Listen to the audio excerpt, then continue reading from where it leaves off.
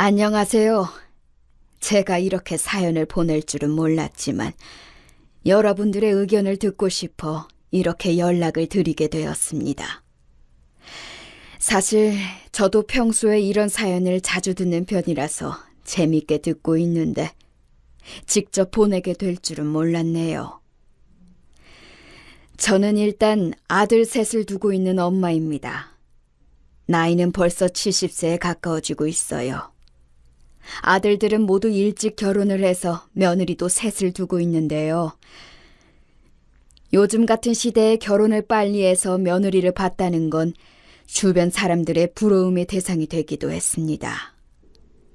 저의 아들들은 모두 의사로 성공하다 보니 아들도 잘 키웠다는 이야기를 들으니 그동안 고생을 했던 보람이 있는 것 같아요. 제 나이 20살에 남편을 만나 새 아들을 낳고 키우기까지 저에게는 벅찬 일들이 많았습니다. 처음부터 결혼 생활이 순탄했던 것은 아니었지요. 어려서 아무것도 모른 채 시집을 가다 보니 처음에는 배울 것이 산더미였어요. 또 남편이 바빠서 육아까지 혼자서 하려고 하니까 여간 힘든 것이 아니더라고요. 출장 기간만 다가오면 남편을 기다리며 보내는 시간이 길게 느껴졌습니다.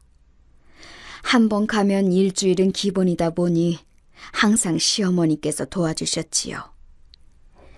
결혼을 일찍 하다 보니 주변에서는 걱정되는 목소리들이 많았지만 그래도 잘 도와주시는 시부모님 덕분에 잘 견뎌낼 수 있었어요. 다행히 부족한 저를 아껴주시고 항상 저를 챙겨주시다 보니 감사한 마음뿐이었어요. 원래 저 때만 하더라도 시어머님께 구박받고 또 시집살이를 하는 친구들이 많았기에 자연스럽게 주변에서도 시집을 잘 갔다고 이야기를 해주더라고요.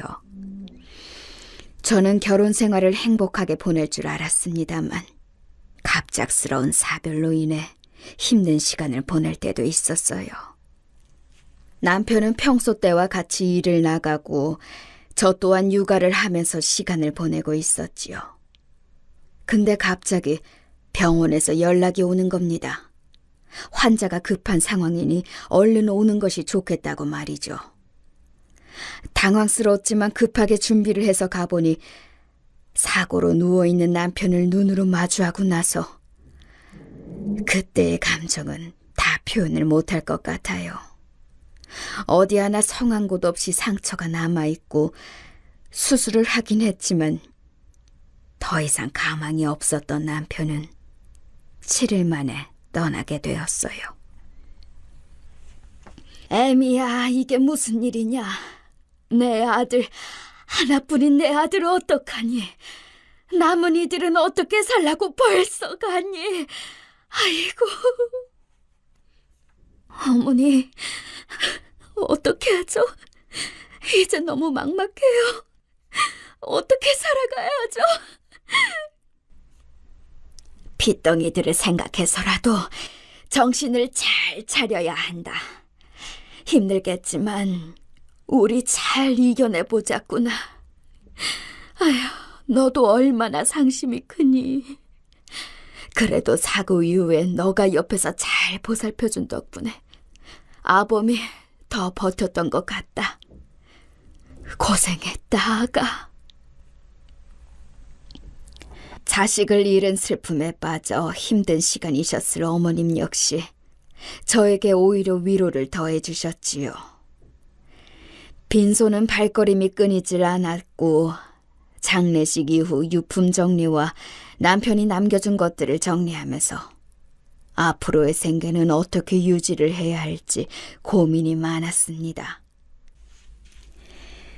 금전적으로 부유하진 않았지만 그동안 남편이 주는 생활비로 새 아들을 입고 먹이면서 키웠지요. 이제는 혼자서 감당해야 하는 부분인 만큼 낙심한 마음도 잠시 현실적으로 생각을 해보았습니다. 슬픔에 잠겨 아무것도 하지 않기에는 저를 바라보는 토끼 같은 눈망울의 아이들을 외면할 수 없었어요. 또 아이들이 갓난아기도 아니고 커갈수록 들어갈 돈이 산더미인지라 책임을 위해 제가 가장이 되었다는 생각을 하게 되었지요. 평생 제 옆에 있을 줄 알았던 배우자를 떠나보내고 난 뒤에는 남은 아들 셋을 키우기 위해 아등바등 살기 시작했어요. 저마저 떠난다면 피덩이 같은 아이들을 누가 걷어주겠어요. 그 이후로 안 해본 일이 없을 정도로 닥치는 대로 일을 했던 것 같아요. 또 시어머니와 시아버지께서도 잘 챙겨주셨기 때문에 저도 그동안 지장 없이 일을 했거든요. 시간이 지날수록 주변에서 재혼에 대한 이야기도 들려왔지만 제가 감정적으로 누군가와 만남을 가지고 다시 살아가는 것에 대한 부담이 있었기 때문에 좋은 상대가 있다고 해도 눈에 들어오지 않았어요. 한편으로는 일을 계속하다 보니 아이들을 못 챙긴 부분도 있어서 마음이 좋지는 않았어요.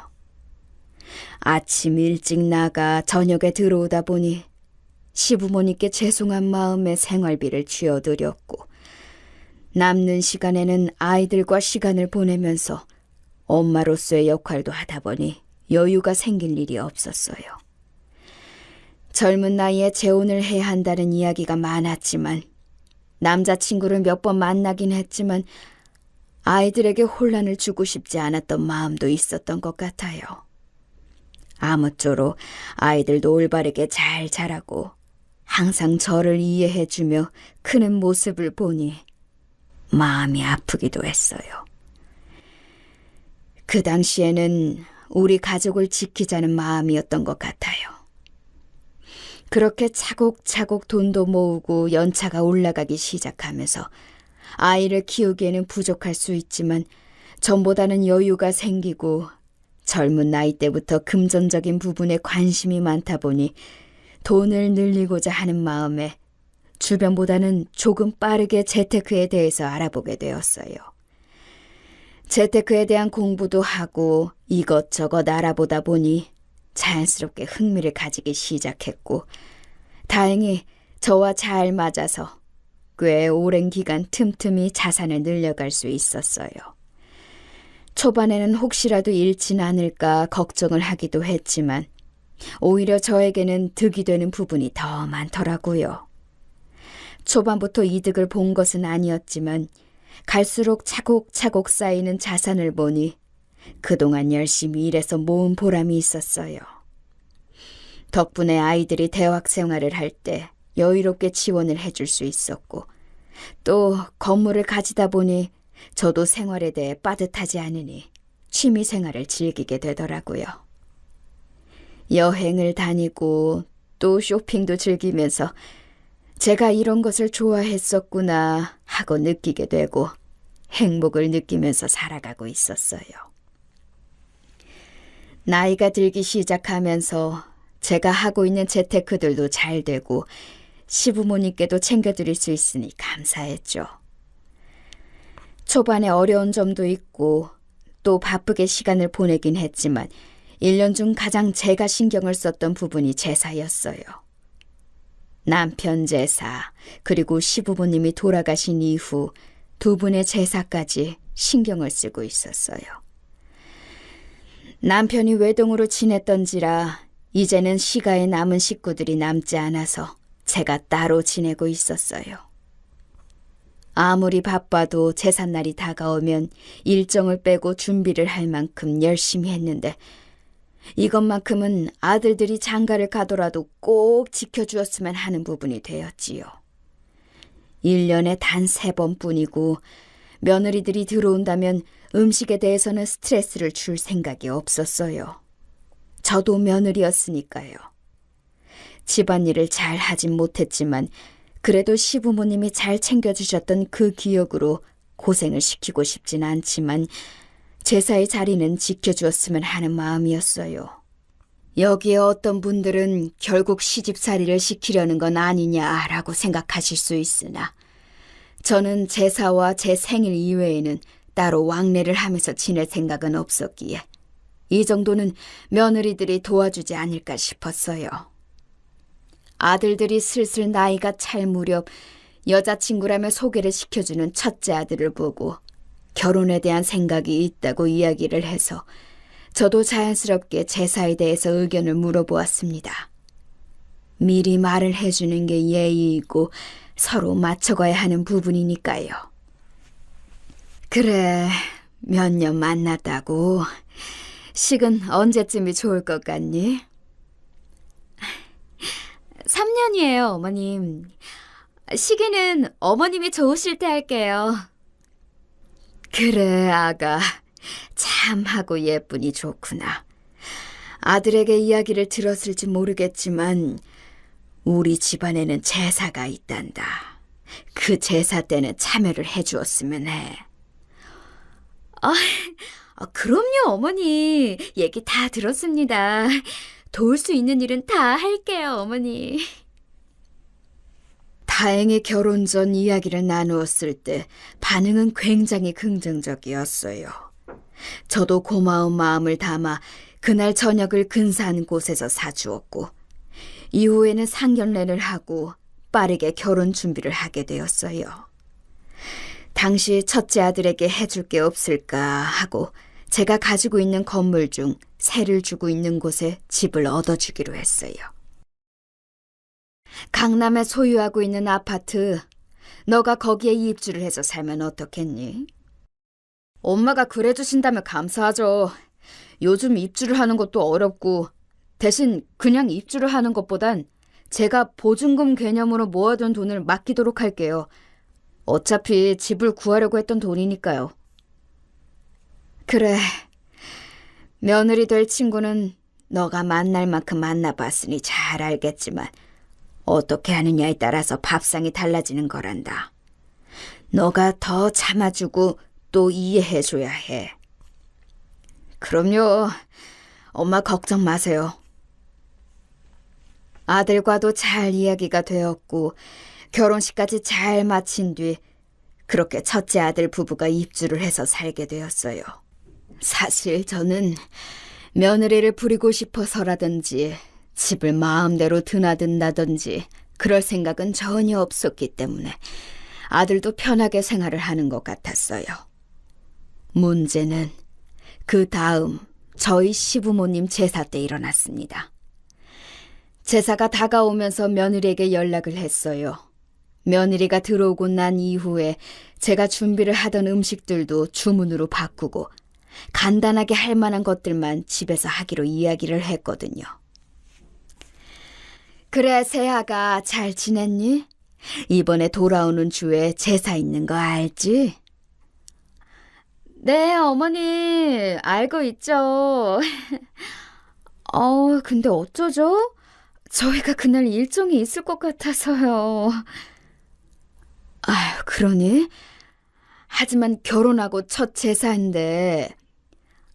아유, 어머님, 그리고 저희 집안은 기독교 집안이라 사실 제가 아무것도 할 수 있는 게 없어서요. 음식은 다 준비를 해주신다고 해도 상 차려야 하고 또 치워야 하는 게 일인데 다 며느리가 해야 하는 일이잖아요.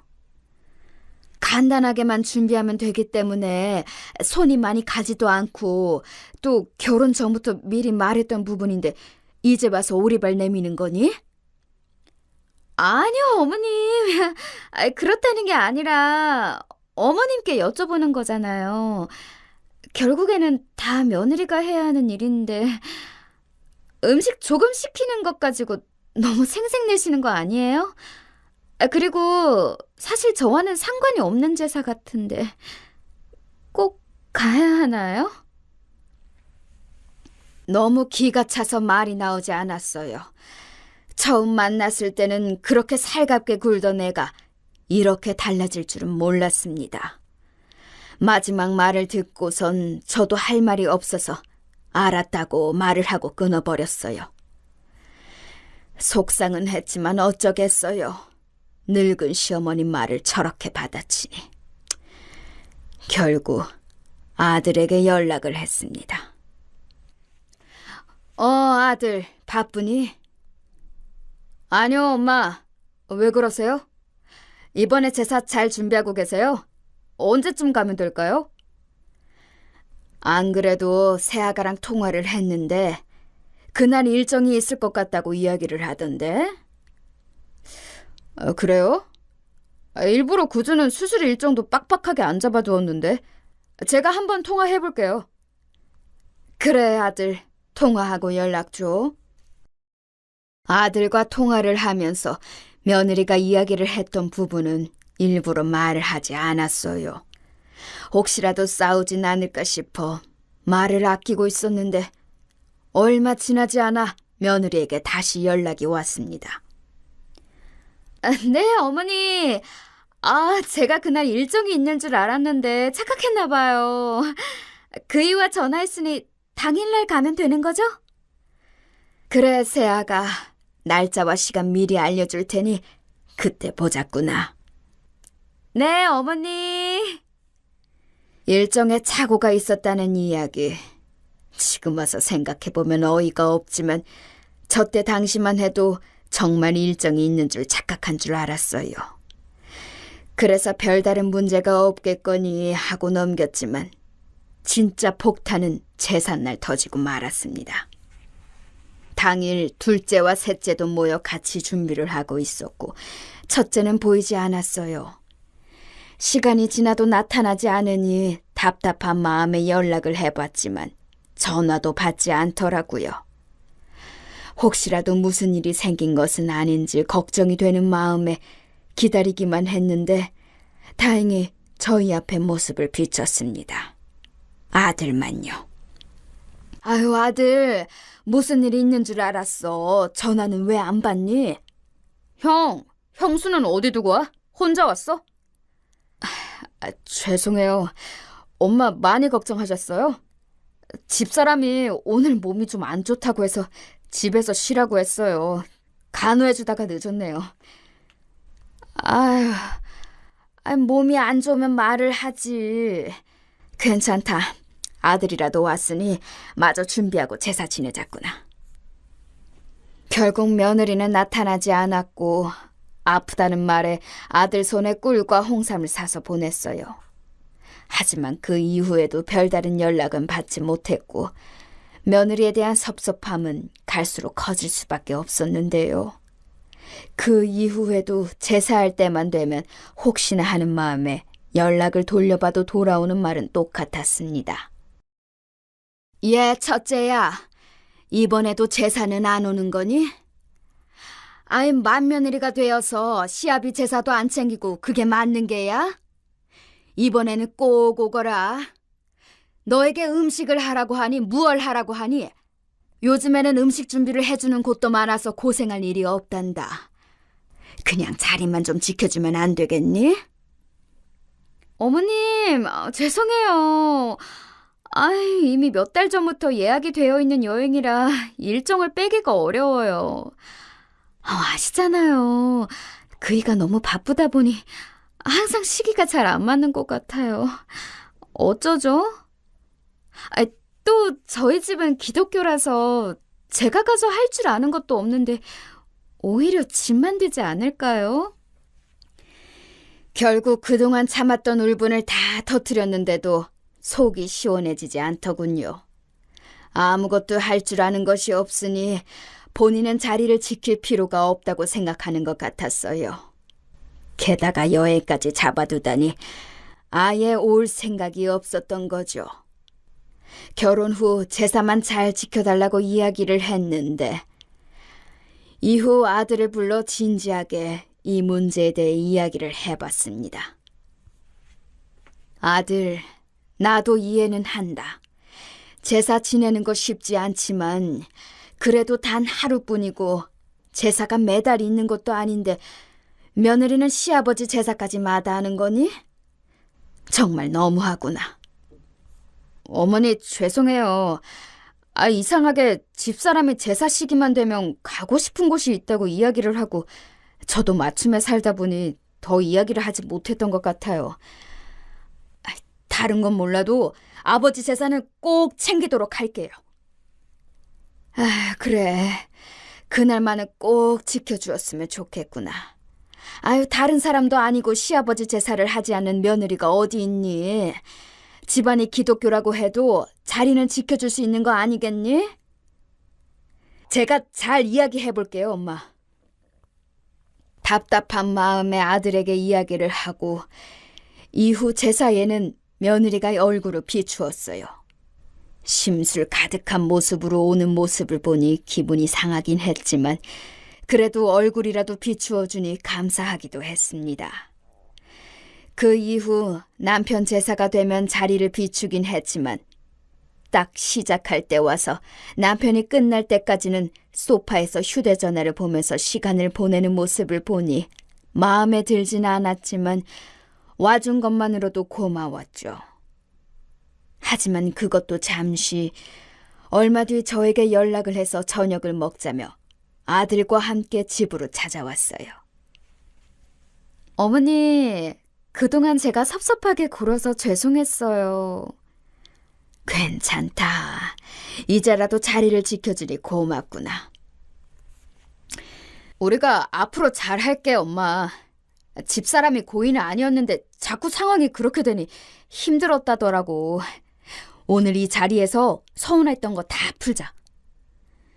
먼저 찾아와 이야기를 해주니 저도 자연스럽게 마음이 풀렸고 매년 찾아오는 제삿날이 되면 매번은 아니었지만 한 번씩 얼굴을 비추는 모습이 좋았어요. 그 이후로 손주도 생기고 둘째까지 결혼을 하게 되면서 자연스럽게 식구가 늘었어요. 둘째 아들이 결혼을 준비하겠다고 데려온 아가씨와도 밥을 먹으며 제사에 대한 이야기를 나누었는데 당차게 할 수 있다는 이야기를 하니 마음이 놓였습니다. 사실 제가 바라는 것은 그거 하나밖에 없었거든요. 다른 분들은 어떻게 생각하실지 모르겠지만 그동안 남편 그리고 시부모님을 위해 제사를 드려왔던 것은 포기할 수 없는 부분이었거든요. 그래서 항상 아들들에게도 이야기를 했던 부분 중 하나가 제삿날은 꼭 챙기자는 것이었어요. 그렇기 때문에 결혼 전에 먼저 제사에 대한 이야기를 나누었던 것이고 아들들도 만나는 사람과 진지한 관계가 된다면 꼭 일러두라고 말을 했던 것이었죠. 저에게는 1년 중 가장 큰 집안 행사이기도 하고 또 가족들이 모여 시간을 보내는 것이 좋았어요. 아무리 여행을 다니고 편하게 지내도 가족들과 모여 보내는 시간이 저에게는 더 뜻깊더라고요. 첫째도 잘 찾아오겠다는 이야기를 하긴 했지만 시간이 지나면서 제삿날을 지키지 않는 것은 물론 갈수록 더 많은 핑계들이 생기기 시작했어요. 하지만 이건 첫째 며느리만 그런 것이 아니었습니다. 둘째가 결혼한 이후에 제삿날에 맞춰 연락을 하니 이상하게 첫째 때와 겹쳐지는 상황들이 생기기 시작했어요. 분명 제삿날이 다가올 때 미리 연락을 주었는데도 전화를 피하는 것은 물론 바쁘다고 이야기를 하니 늙은이가 어찌 더 이야기를 할 수 있겠어요. 이미 제 말은 힘이 빠진 지가 오래였어요. 둘째 아들에게도 이야기를 해보았지만 돌아오는 말은 더 황당했습니다. 첫째 아들이 챙겨야 하면 되지 않냐고 이야기를 하더군요. 그리고 형수가 오지 않는데 왜 본인 와이프를 불러서 고생시켜야 하냐며 이야기를 하니 갑작스러운 둘째의 말에 저도 당황스럽기도 하고 본인만 참석을 하겠다고 이야기를 하니 답답한 마음이 들었습니다. 사실 며느리에게 시부모님 제사까지 강요를 하는 것은 아닌 듯하여 제가 많이 내려놓고 남편 제사만 함께 하자고 둘째가 결혼할 당시에 이야기를 했거든요. 하지만 이런 대우로 돌아오니 속상하기도 하고 아들마저 미워 보일 수밖에 없었어요. 아무리 음식을 업체에 맡기고 할 일이 없다고 해도 며느리가 편한 자리가 아니긴 하죠. 하지만 이건 아니지 않나요? 시아버지 제사는 챙겨야죠.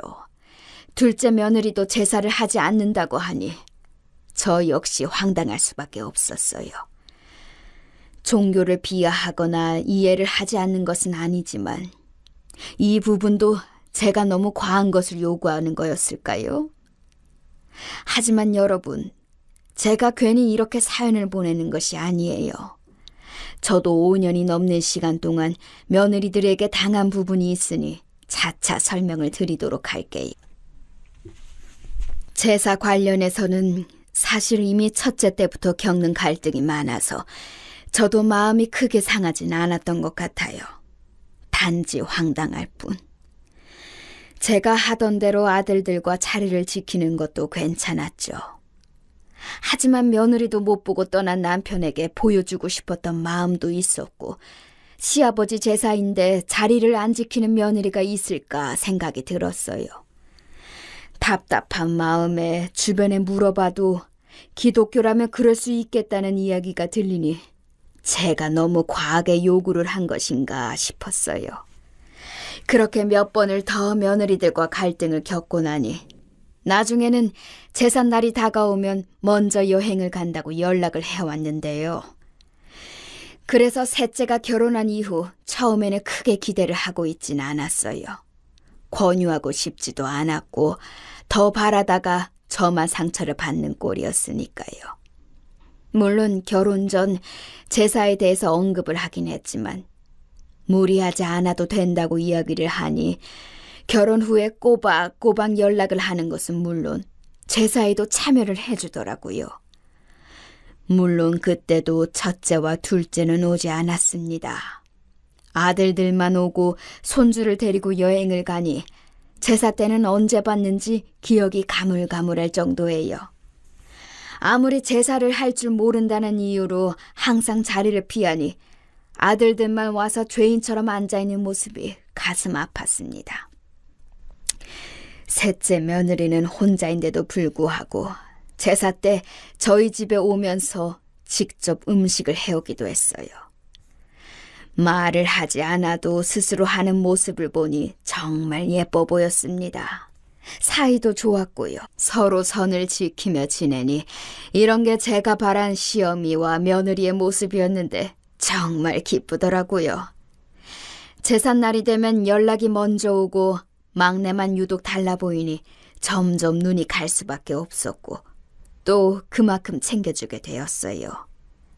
막내 며느리도 처음이라 초반에는 제게서 간단한 음식을 배우기도 하고 상차림에 대해서 익히는 모습을 보니 보기 좋았습니다. 첫째와 둘째는 여전히 제삿날에도 보이지 않았고 딱히 연락을 주는 일도 드물어졌어요. 아들들은 꼬박 참여를 하긴 했지만 갈수록 아들들도 제사에 소홀해지는 모습을 보였는데요. 단 셋째 아들만은 자리를 지키는 일이 생기면서 나중에는 자연스럽게 셋째 아들 부부와 저 이렇게 셋이 준비를 하는 일이 늘어났어요.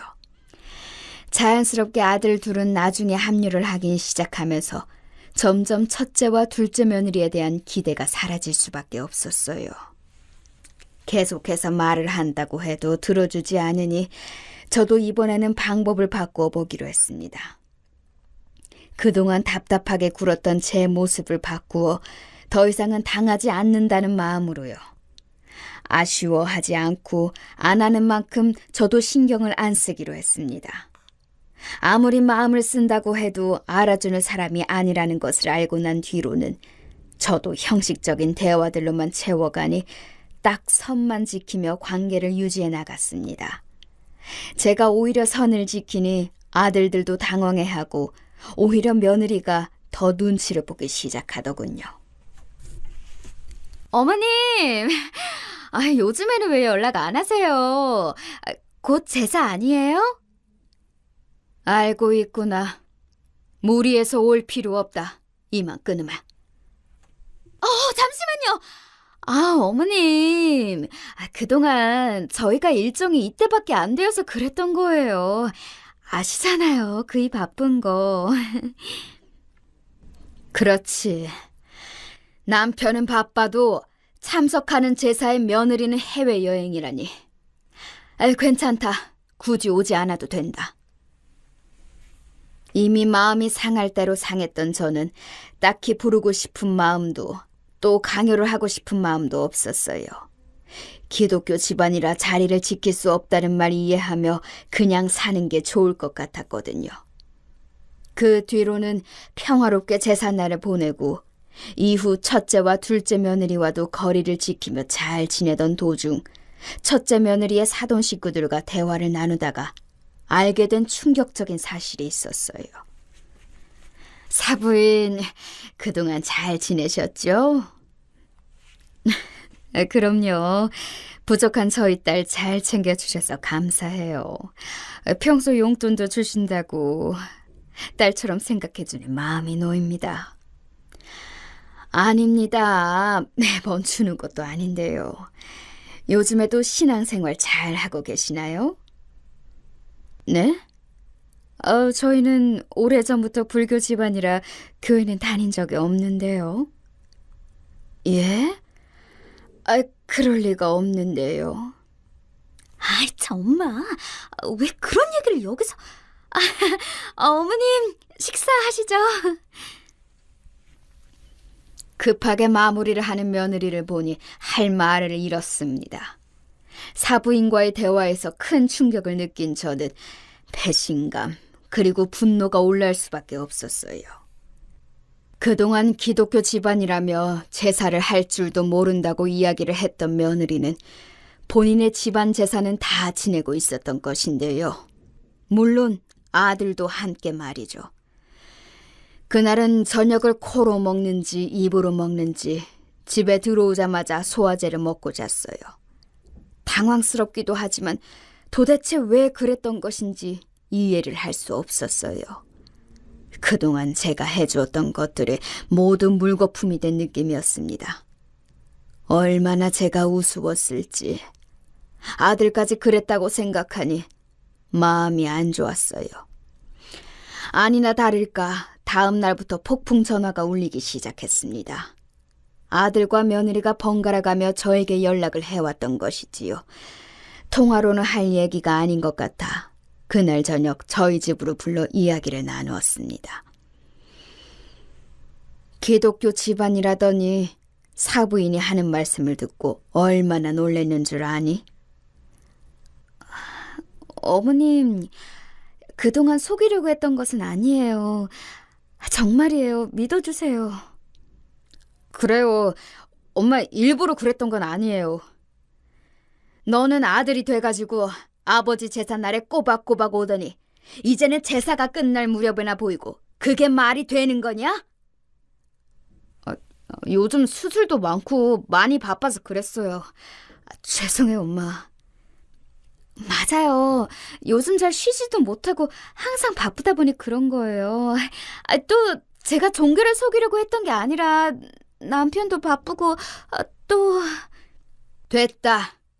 그동안 너희에게 해주었던 모든 것들이 후회가 되는구나. 부모의 제사도 지키지 않는 너희에게 뭘 해줄 이유는 이제 없다. 엄마, 그게 무슨 소리예요?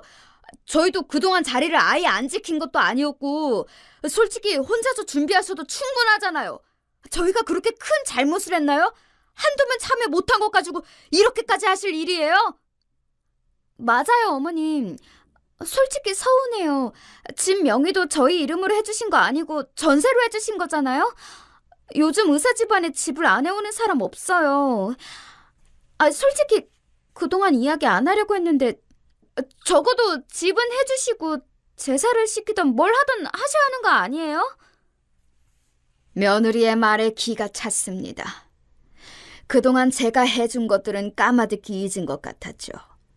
집 이야기가 나와서 말을 하는 것이지만 저는 그때 보증금 개념으로 시세보다 낮은 금액으로 입주를 시켜준 것이기 때문에 당시 아들이 모은 돈으로는 전셋집 구하기도 어려운 상황이었어요.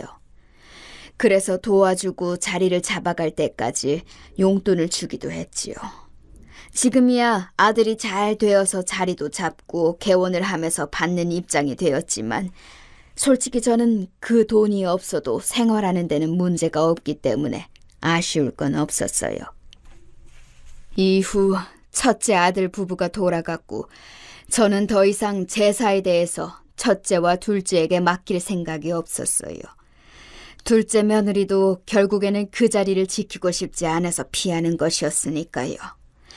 결국 제가 아무리 잘 해주고 노력한다고 한들 달라지는 건 없을 것 같았어요.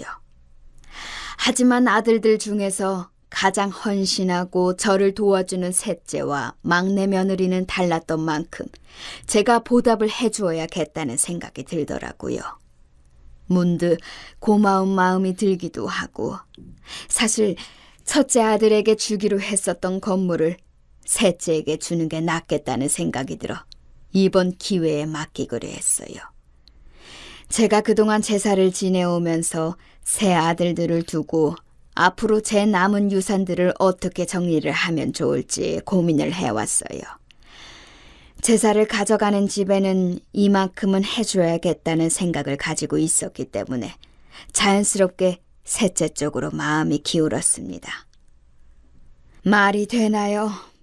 제사를 하기 싫다는 이유로 종교를 속이고 또 아들까지 저렇게 달라질 줄은 몰랐어요. 그리고 첫째 아들에게는 실망한 만큼 제가 그동안 해줬던 부분에 대해 다시 되돌려 받기로 했습니다. 너희가 결혼할 당시에 있었던 집은 세를 준 것이기 때문에 이번 연도에는 정리를 해주었으면 한다. 이제 하나씩 건물을 처분할 생각이야. 엄마, 갑자기 그게 무슨 소리예요? 우리는 어디로 가라고요? 손주들도 있는데 정말 너무하신 거 아니에요? 그 제사가 뭐라고 이렇게까지 하시는 거냐고요? 하나뿐인 너희 아버지를 기리는 날인데 그 하루도 시간을 내지 못하는 게 아들이니?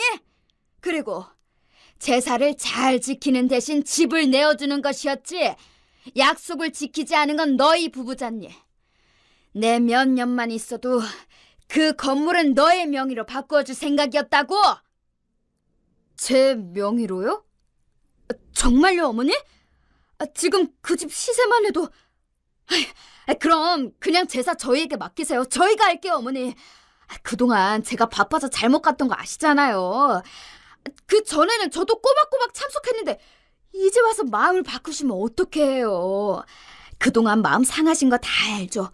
하지만 저 처자식도 있는 거 아시잖아요. 너가 와서 거두는 게 뭐 하나라도 제대로 된 게 있다면 말해봐라. 다 업체에서 준비한다고 해도 제 시간에 와서 거들어주는 날이 있었는지 초반에 잘 챙겼던 거 알고 있지. 하지만 그것도 집을 받기 위해서 챙기려는 거 내가 모를 줄 알았니? 그 집 유지하고 싶으면 시세에 맞춰서 전세금을 더 주던가 아니면 이사해라. 그동안에 당한 부분이 있으니 저는 그동안 쌓아왔던 울분을 터뜨리기 시작했어요. 사실 아들에게 저렇게까지 말할 일은 아니었지만 참을 수 없더라고요. 남편이 이 모습을 본다면 속상해할 수 있겠지만 아들 도리도 못하는 녀석에게 더 이상 베푸는 건 없었습니다.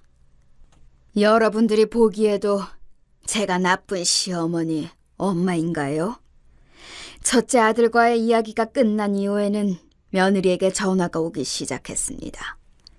결과는 뻔했죠. 아들이 다 얘기를 했는지 문자로도 계속 연락이 오더라고요. 첫째에 이어 둘째까지 연달아 연락이 오는데 둘째는 뭐가 찔렸는지 전화를 받자마자 이번 제사 때에는 꼭 참여를 하겠다고 이야기를 하더라고요. 엄마, 많이 화나셨어요? 이번에 형한테 이야기 들었는데 엄마가 화가 많이 나셨다면서요. 저희는 저라도 제삿날에 잘 챙겼는데 올해부터는 와이프도 같이 가자고 이야기를 해볼게요. 그럴 필요 없다. 아들 도리 안 하겠다고 하는데 내가 굳이 하라고 붙이길 생각은 없고 앞으로 제사에 대해서 어떻게 할지는 다 같이 모여 의논해보도록 하자꾸나.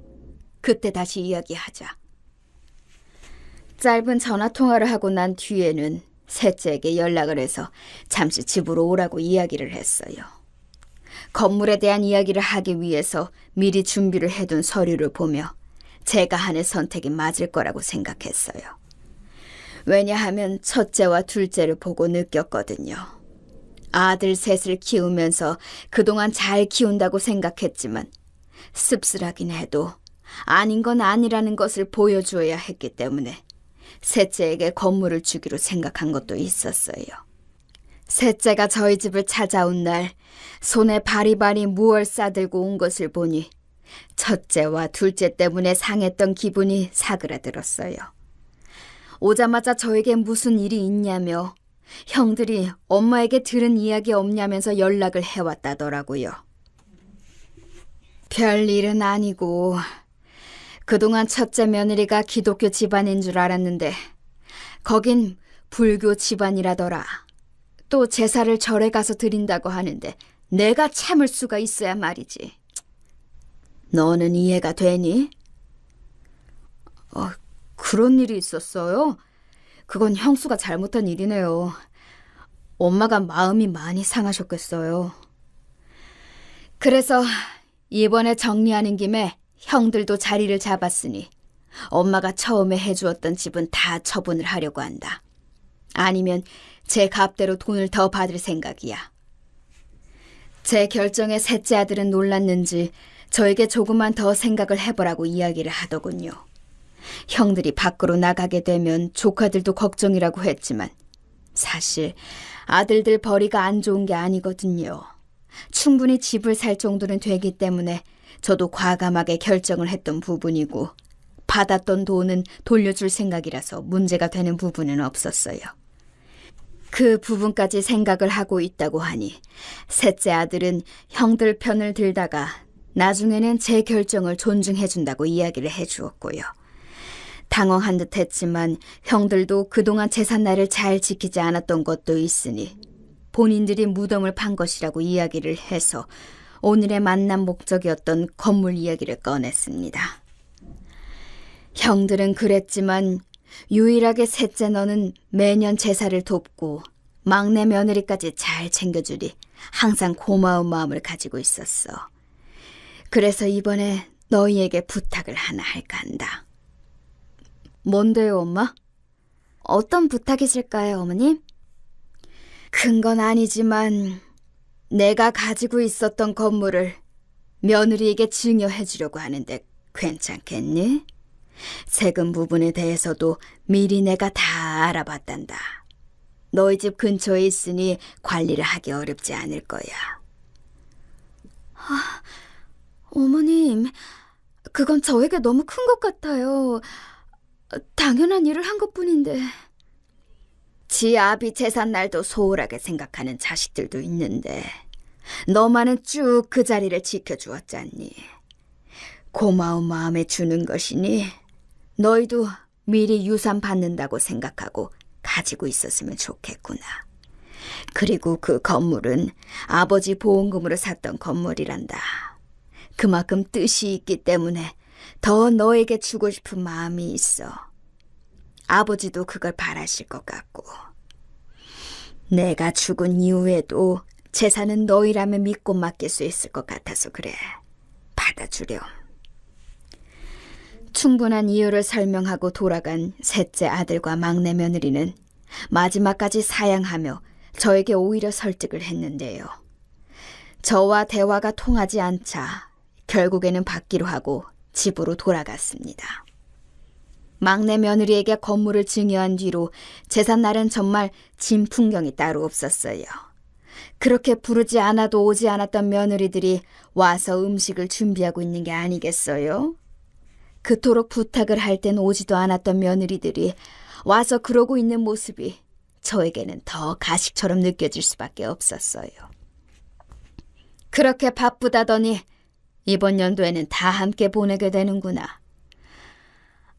어머님, 진작 이렇게 했어야 했는데 그래도 다 같이 모이니까 너무 좋네요.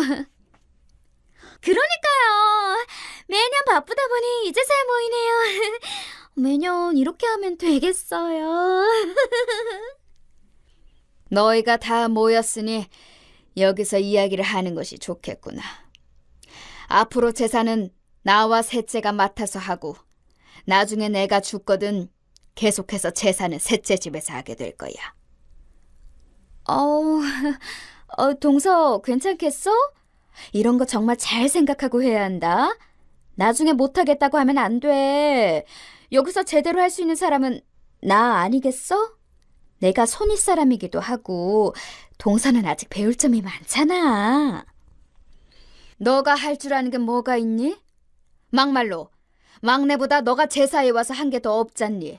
와도 인사하고 애들 맡기기나 하고 바빠서 못 온다고 하고 그런 너에게 어떻게 안심하고 맡길 수 있겠니? 이미 결정한 일이니 아무도 토달지 말거라. 그리고 그냥 맡아서 하라는 거 아니다. 셋째 집 근처에 있는 건물 물려주는 조건으로 하는 거다. 건물이요, 어머님? 역시 건물이라는 얘기의 눈빛 자체가 달라지더군요. 그 모습을 보니 있던 전까지 떨어지는 것 같았습니다. 저를 완전히 물주로 본 듯한 느낌이 들었어요. 한참을 자기가 할 수 있다고 이야기를 하던 첫째 며느리, 왜 막내에게만 건물을 주냐는 첫째 아들, 둘째는 그저 아무 말도 하지 않고 묵묵히 자리를 지키고 있었죠. 아우, 형들 정말 왜 이래? 그동안 형들이 제사날 어떻게 했는지 기억 안 나? 평소에 연락이라도 자주 해? 항상 아쉬울 때 와서 이러는 게 자식이야! 야, 네가 뭘 안다고 떠들어? 너보단 내가 더 오래 효도했어. 이제서야 자리를 잡은 너보단 낫다고, 알아? 맞아. 네가 뭘 알아? 넌 네 와이프가 건물 받았으니 끝이지? 아주 좋겠다. 이걸 노려서 그동안 제사에 힘쓴 거지? 넌 이미 알고 있었지? 너가 제일 괘씸한 녀석이야. 다들 그만해. 제삿날 이게 뭐하는 짓들이야. 다들 돌아가고 앞으로 제사 때는 볼 일 없을 거다. 평상시에도 연락하고 싶지 않으면 그렇게 해. 그리고 첫째와 둘째는 집 어떻게 할 것인지 정해서 다시 찾아와. 결국 형제들의 싸움으로 마무리가 되고 저도 마음이 좋지 않은 채로 제삿날을 보내게 되었어요. 이러려고 재테크를 했던 것은 아니었는데 뭔가 재산 싸움이 된 것 같아서 마음이 좋지 않더군요. 여러분들이었다면 어떻게 하셨을 것 같나요? 저는 제가 이상한 것인지 그동안 속은 것도 억울하고 한편으로는 제가 너무 심하게 한 건 아닌가 딱하기도 합니다. 마음을 굳게 먹어야 하는 것인지 나가라고 하는 건 아니라도 그냥 두어야 할지 자꾸 마음이 약해지는 것 같아요. 사실 그동안 아예 못해주었던 건 아니었지만 아들들이 결혼하고 달라지는 모습을 보니 저도 당황스러웠던 것은 사실이에요. 매번 제삿날을 잘 지켜주었는데 시간이 갈수록 바쁜 일로 빠지고, 물론 빠지니까 그럴 수 있지만 여러 번 그런 일들이 반복되다 보니 저도 모르게 서운했던 건 어쩔 수 없는 것 같아요. 며느리들도 지금 와서 생각해보면 의사 아들과 결혼을 하기 위해서 뭐든 다 괜찮다고 이야기를 했던 것 같기도 하고요. 하지만 기독교 집안이라고 속인 것은 정말 괘씸한 거 아닌가요? 막내에게 건물을 주고 하나씩 가지고 있는 것들을 처분하다 보니 마지막으로 결정하지 못한 게 바로 두 아들의 아파트인데요. 충분히 본인들의 자산으로 살 수 있을 텐데 저에게 주고 사는 건 아깝고 이사를 가자니 그건 돈이 모자랄 것 같아서 안 가는 것 같기도 해요. 이런 상황에서 어떤 결정을 해야 현명할 수 있을까 고민을 하고 있다가 결국 저는 셋째에게 모든 명의를 양도하기로 했습니다. 두 아들들에게 세를 받아서 살라고 이야기를 했지요. 제가 예상했던 대로 난리가 났습니다. 엄마, 정말 너무하신 거 아니에요? 저희는 아들도 아니라는 소리 아닌가요? 너희를 최대한 배려해서 집에서 살 수 있도록 해주는 것인데 이게 아들도 아니라는 뜻이니? 막말로 너희는 자식이 된 도리도 잘 지키지 못하면서 내게 이런 말 안에 처지는 되는지 생각을 해봤으면 좋겠구나. 두 집 모두 밖으로 내쫓기고 싶지 않으면 아무 말 하지 말고 새들어서 살다가 기간 만료되면 이사가. 그 뒤로 궁시렁거리는 소리가 들리긴 했지만 제 결정을 바꿀 생각은 없었어요. 이후에는 며느리들이 번갈아 가면서 전화가 오다 보니 머리가 아파 그날은 두통약까지 먹었네요. 평소에는 연락도 잘 안 하다가 이제는 연락을 해와서는 왜 우리는 안 되냐며 이야기를 하는 모습을 보니 이게 맞나 싶었어요. 제가 이런 결정을 하는 것이 잘못된 길일까요? 물론 건물을 제외한 유산들은 새 아들에게 똑같이 배분을 하려고 합니다. 앞으로 제가 얼마나 살지 모르겠지만 그래도 살아있는 동안에는 아들들에게 동일하게 챙겨주고 싶었어요.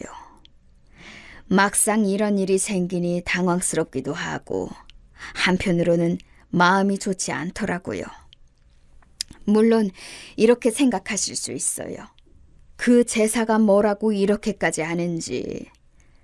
남편을 일찍 여의고 나서 제가 늘 지켜왔던 부분이기도 하고 시부모님 제사는 혼자 지내고 있기 때문에 초반에는 제가 과하게 생각했던 건 맞지만 지금은 아니거든요. 시아버지 제사는 지내야죠. 게다가 종교까지 속이며 본인 집안 행사는 다 챙겼는데 이 부분에 대해서 여러분들도 공감해 주실 거라고 생각하는데요. 사실 저는 저희 시부모님처럼 아이들에게 잘해주고 싶은 마음이 더 컸어요. 그래서 집도 시세보다 싸게 내주고 용돈도 주는 등 저는 바란 건 딱 하나였습니다. 다른 건 다 어떻게 하든 상관이 없었거든요. 근데 막상 이렇게 일이 되어버리니 건물을 셋째에게 주는 것을 결정했는데 이것만으로는 제 마음이 풀리지 않는 것도 답답했거든요. 그 이후로는 저를 위한 계획을 세우기 시작했어요. 과감하게 지원하던 부분들까지도 끊어버리게 된 것이죠. 첫째와 둘째는 모두 아이가 있는데 제 손자, 손녀들은 부족함 없이 키우고 싶어서 항상 용돈을 주고 또 학원비를 제가 내주고 있었는데 금전적인 부분은 다 끊었어요. 이 부분에 대해서 오해를 하실 수도 있는데 충분히 첫째 벌이로는 보낼 수 있는 학원이에요. 제가 부담을 덜어주고 싶은 마음이라기보단 할머니로서 해주고 싶은 마음이었는데 이 부분도 이야기를 하자마자 노발대발 하면서 연락이 왔어요. 정말 너무한 거 아니냐는 말이 들릴 때마다 제 생각은 한 번이나 해봤는지 물어보고 싶더라고요. 처음에는 화를 내면서 이야기를 하던 아들이 뭔가를 뉘우친 것인지 일주일 이후 저를 찾아와서 이야기를 했어요. 엄마, 속상하신 건 알겠어요. 하지만 단번에 이렇게 다 끊어버리시면 저희 가정은 어떻게 하라고요? 그래서 집은 남겨두었잖니. 계약 기간은 막내가 연장을 해줄 테고 생활비도 충분하면서 학원비 끄는 거 가지고 왜 그러니? 엄마, 제가 그렇게 벌어도 돈이 하나도 없어요. 저도 이번에 알았어요. 아들 좀 살려줘요. 정말 깜짝 놀랐습니다. 제가 그동안 모르고 있던 사실이 있었던 것이었죠. 뭔가 싶었는데 첫째 며느리가 명품이고 피부과고 한 달에 지출하는 금액만 해도 1,000만 원 단위를 넘어간다더라고요. 너무 놀라 아들에게 더 자세한 이야기를 들어봤어요. 그게 무슨 얘기야? 돈이 없다니. 그동안 모아둔 돈이 하나도 없단 말이야? 얼마 전에 통장 내역 보고 알았어요. 저도 염치가 있지 엄마한테 그렇게 말하고 얼마나 후회했는지 몰라요. 제가 잘못했어요. 엄마, 생활만 되게 조금만 도와주세요. 그동안 10년이 넘는 시간 동안 모아둔 돈이 얼마 되지 않는다는 이야기를 듣고 나서는 그제서야 알았습니다. 제대로 일이 꼬이고 있다는 사실을요. 그래서 첫째 며느리에게 연락을 해봤어요. 네, 어머님. 무슨 일이세요? 생각 바뀌셨어요? 너는 그동안 돈 관리를 어떻게 한 거니? 첫째 왔다 갔다 통장 내역에 찍히는 돈이 그게 다니? 어머님도 아이를 키워보셔서 아시겠지만 정말 돈이 장난 아니게 들어가요. 그래서 저도 이번에 막내 동서가 건물 받았다는 이야기 듣고 사실 엄청 서운했거든요. 그 집은 애기도 없는데 돈 나갈 때가 뭐 그리 많다고. 그리고 도련님도 잘 나가시잖아요. 어머님, 그 건물 저 주시면 안 될까요? 너의 씀씀이는 잘 알겠다. 너에게 건물을 주는 일은 없을 거야. 경제권 다시 아들에게 넘기고 넌 생활비 받으면서 살아라. 어머, 그걸 왜 어머님이 정하세요? 그동안 제가 제사 안 챙겼다는 이유로 지금 이러시는 거예요? 난 우리 아들 등골 빼먹는 며느리 필요 없다. 이만 끊으마. 뭐라고요? 지금 말 다 하셨어요? 통화를 하다 보니 말이 격해지긴 했지만 이 사실을 안 이상 더더욱 지원을 해줄 필요가 없다고 생각이 들었어요. 해주는 만큼 씀씀이가 더 커질 테니까요. 이 부분을 어떻게 터뜨릴까 고민을 하다가 이 내용을 그대로 사부인에게 전해주기로 했습니다. 사실 사부인께 큰 영향이 안 갈 거라고 생각하실 수 있는데 아니거든요. 저희 집안에 부족한 딸을 보냈다면 미안해 하시는 분이시고 전에 식사 자리 때 있었던 일로 이미 저희 집 제사를 안 왔다는 사실을 알고 호되게 며느리를 혼내시는 것을 봤어요. 본인은 딸을 그렇게 키운 적이 없다며 말이죠. 그렇게 폭탄을 안고 사부인과 식사 자리를 만들었습니다. 물론 며느리도 함께 말이죠. 저는 탄탄하게 계획을 세우고 식당으로 찾아갔어요. 아들도 오랜만에 같이 밥을 먹는다며 좋아했지만 저는 이미 예고를 하고 들어갔습니다. 사부인, 식사는 잘 맞으세요? 예, 너무 맛있고 좋네요. 아참, 딸아이는 그 이후로 제사는 잘 도와드리나요? 아유, 그때는 제가 너무 죄송해서 뭐라 말을 못 드렸어요. 안 그래도 이번에 드릴 말씀이 있어 이렇게 뵙자 했어요. 그동안 제사 참여를 안 했다는 건 잘 알 것이고 제가 금전적인 지원을 끊고 건물을 제사를 맡기로 한 셋째 며느리에게 주겠다고 하니 절 아주 잡아먹을 듯이 잡더라고요, 사부인. 너 이 말이 사실이야? 건물은 너도 있으면서 왜 탐을 내니? 그리고 시어머니한테 말버릇이 그게 뭐야? 앞으로 사고 치면 가지고 있는 건물도 다 가져간다고 말했을 텐데 못 알아들었니? 결국 사부인께도 이 사태에 대해 말씀을 드렸고 또 건물이 있었다는 사실을 처음 알았던 아들은 그럼 그동안 쓴 돈은 어떻게 된 거냐며 난장판이 되더군요. 이후 아들은 진지하게 이혼까지 생각을 할 정도로 힘들어했는데요. 아무래도 씀씀이 때문에도 그동안 부딪히는 부분이 많았다고 해요. 다행히 생활비를 받는 것으로 끝나고 사부인이 주었던 건물도 처분을 해버렸다고 하네요. 이 정도로 일이 커질 줄은 몰랐지만 사부인이 생각이 제대로 된 분이시라 그런지 이번 문제가 해결될 수 있었어요. 첫째와 둘째는 지금은 며느리로서 할 도리는 하고 있지만 그 일 이후로 제사로 서로 다투는 일은 없어서 좋아요. 매년 돌아오는 제사 단 하루인데 그날만 지켜달라고 했던 것이 많이 어려운 부분이었을까요? 여러분들이 생각하시기에 이 사단에 대해 어떤 의견이신가요?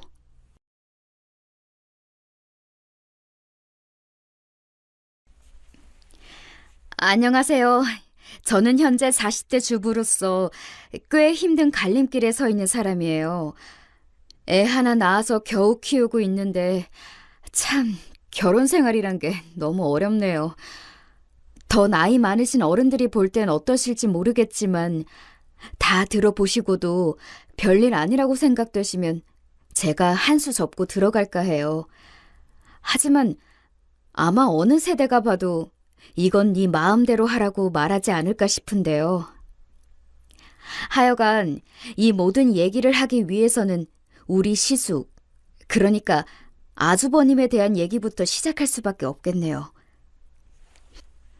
우리 아주버님은 장남으로 제 남편은 둘째이고 막내 서방님까지 해서 아들만 셋인 집에서 아주 오냐오냐 자란 케이스예요. 저랑은 동갑인데 이 말은 즉슨 제가 제 남편보다 연상이라는 거죠. 그래서인지 처음 결혼한다고 인사 갔을 때에도 되게 껄렁껄렁거리면서 인사를 받았어요. 야, 김진수. 남자가 하는 짓 중에 제일 미련한 게 두 가지가 있어. 그게 뭐냐면 첫 번째, 군대 갔을 때 나 기다려준다는 여자를 믿는 거야. 그리고 두 번째, 자기보다 나이 많은 여자랑 연애하는 거야. 그보다 제일 한심한 케이스는 그 여자랑 심지어 결혼까지 하는 거지. 내 말 무슨 말인지 알겠지? 제 딴에는 뭘 무슨 말인지 알겠냐는 건지도 모르겠는데 말을 저딴 식으로 기분 나쁘게 하더라고요.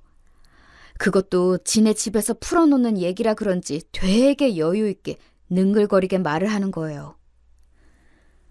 보아하니 이제 재수 씨라고 불러야 할 판인데 맞죠? 나랑 동갑이라고 그랬나? 근데 우리 진수랑 3살이나 나이 차이 나는 거잖아요. 괜찮겠어요? 벌써 지금 대충 봐도 누나 같은데 말이야. 하긴 얘가 옛날부터 누나나 여동생한테 되게 집착했거든요. 아무튼 이렇게 됐으니까 잘 봐줘요, 우리 진수. 요렇게 얄밉게 말을 하고는 제가 선물이랍시고 사간 백화점 떡을 갖다가 맨손으로 쏠랑 집어먹고 사라지는 거 있죠? 그 꼴이 얼마나 배기 싫던지 몇 날 며칠을 그 모양새가 잊혀지질 않아서 앓고 또 알았답니다. 왜 제가 예비 시댁 인사를 가서 시부모님보다 시숙한테 저런 취급을 받아야 하나 했어요. 또 답답했던 건 어머니와 아버님은 옆에서 아무 말도 않고 그냥 듣고만 계시더군요. 심지어 어머니가 한술 더 뜨시는 거예요. 그리고 비로소 어머니 말에서 아주버님이 마구잡이로 해댔던 말의 의미를 알게 되었죠. 민수 말이 하나도 틀린 건 없어. 봐봐. 나도 네 아빠보다 나이가 7살 어리잖냐. 그러니 아직도 더 팽팽해 보이고 어려 보이지. 여자는 애 낳고 어느 나이 넘어서면 지 남편보다 나이 들어 보일 수밖에 없어. 동갑내기들 세상에선 말이야. 그런데 심지어 나이가 더 많으면 늙는 게 보일 텐데 애지간하면 남자들이 땀만 먹기 쉽지. 멀쩡한 여자랑 연애를 해도 한눈 팔까 걱정인 게 남자란 놈들인데 왜 고민거리를 사서 만드는지 이해가 안 되네. 정말 전 이때 입이 너무너무 벌어지다 못해 어디쯤 멈춰야 할지 모를 정도로 경악을 금치 못하는 상황이었어요. 생각해보니 이 집에서 가장 문제는 제 남편이 아니었을까 싶네요. 자기 예비 신부가 면전에서 지네 집 식구들한테 저런 소리를 듣는데 조금도 이상한 점을 모르는 거예요. 그냥 바보같이 헤헤거리면서. 어머니가 뭐 먹으라고 그릇을 쓱 밀어주면 집어먹고 있더라고요. 그런데 저희 엄마는 보통 깐깐한 편이 아니라서 이런 부분을 꽤 역지사지로 잘 돌려주는 편이었어요. 심지어 상견례 때에는 아주버님과 우리 엄마 간에 팽팽한 기싸움이 생기면서 어머니가 도중에 말릴 정도였답니다. 아이, 사돈어른, 우리 민수가 딱히 나쁜 뜻으로 한 말이 아닌데 너무 그렇게 정색을 하시는구랴. 초면인데 다들 좋게 좋게 알아가자고 만난 거 아니에요? 그럼 좀 어른스럽게 넘어가자고요, 네? 사실 우리 엄마도 초면이고 상견례 자리인데 막 쏴붙일 생각은 없었겠죠. 하지만 아주버님이 보통 매너 없이 군 게 아니었거든요. 엄마도 꽤나 저희 남편을 마음에 안 들어하는 상황이었기 때문에 가리지 않고 할 말을 했어요. 어디 결혼 엎어질 거면 엎어져 봐라 하는 각오도 있었다네요. 어머 사돈, 왜 그렇게 서운하게 말씀을 하세요? 제가 아무런 이유도 없이 가만히 있다가 정색한 건 아니잖아요. 그대 큰 아드님이, 그러니까 우리 예진이 아주버님께서 말을 너무 거르지 않고 하시는 거 아니에요? 예진이 나이 먹는데 뭐 보태주신 게 있다고 자꾸 나이 많은 재수씨 얻었다고 언급을 하시냐고요. 여기가 본인 재수씨 될 사람이랑 본인 가족들만 있는 자리예요? 아니잖아요. 그 재수 씨 낳아주고 길러준 부모들과 가족들이 있는 사이에서 면전에 그러는 게 아니죠. 그리고 이런 식으로 나이 짚어가며 얘기한다면 저도 할 얘기가 많은데 한번 저부터 물꼬를 터볼까요, 사돈? 엄마는 이때 눈이 아주 이글이글해서 장난이 아니었어요. 우리 오빠도 작작하라며 엄마를 말리고 있었지만 오빠도 썩 기분이 좋진 않아 보이더군요.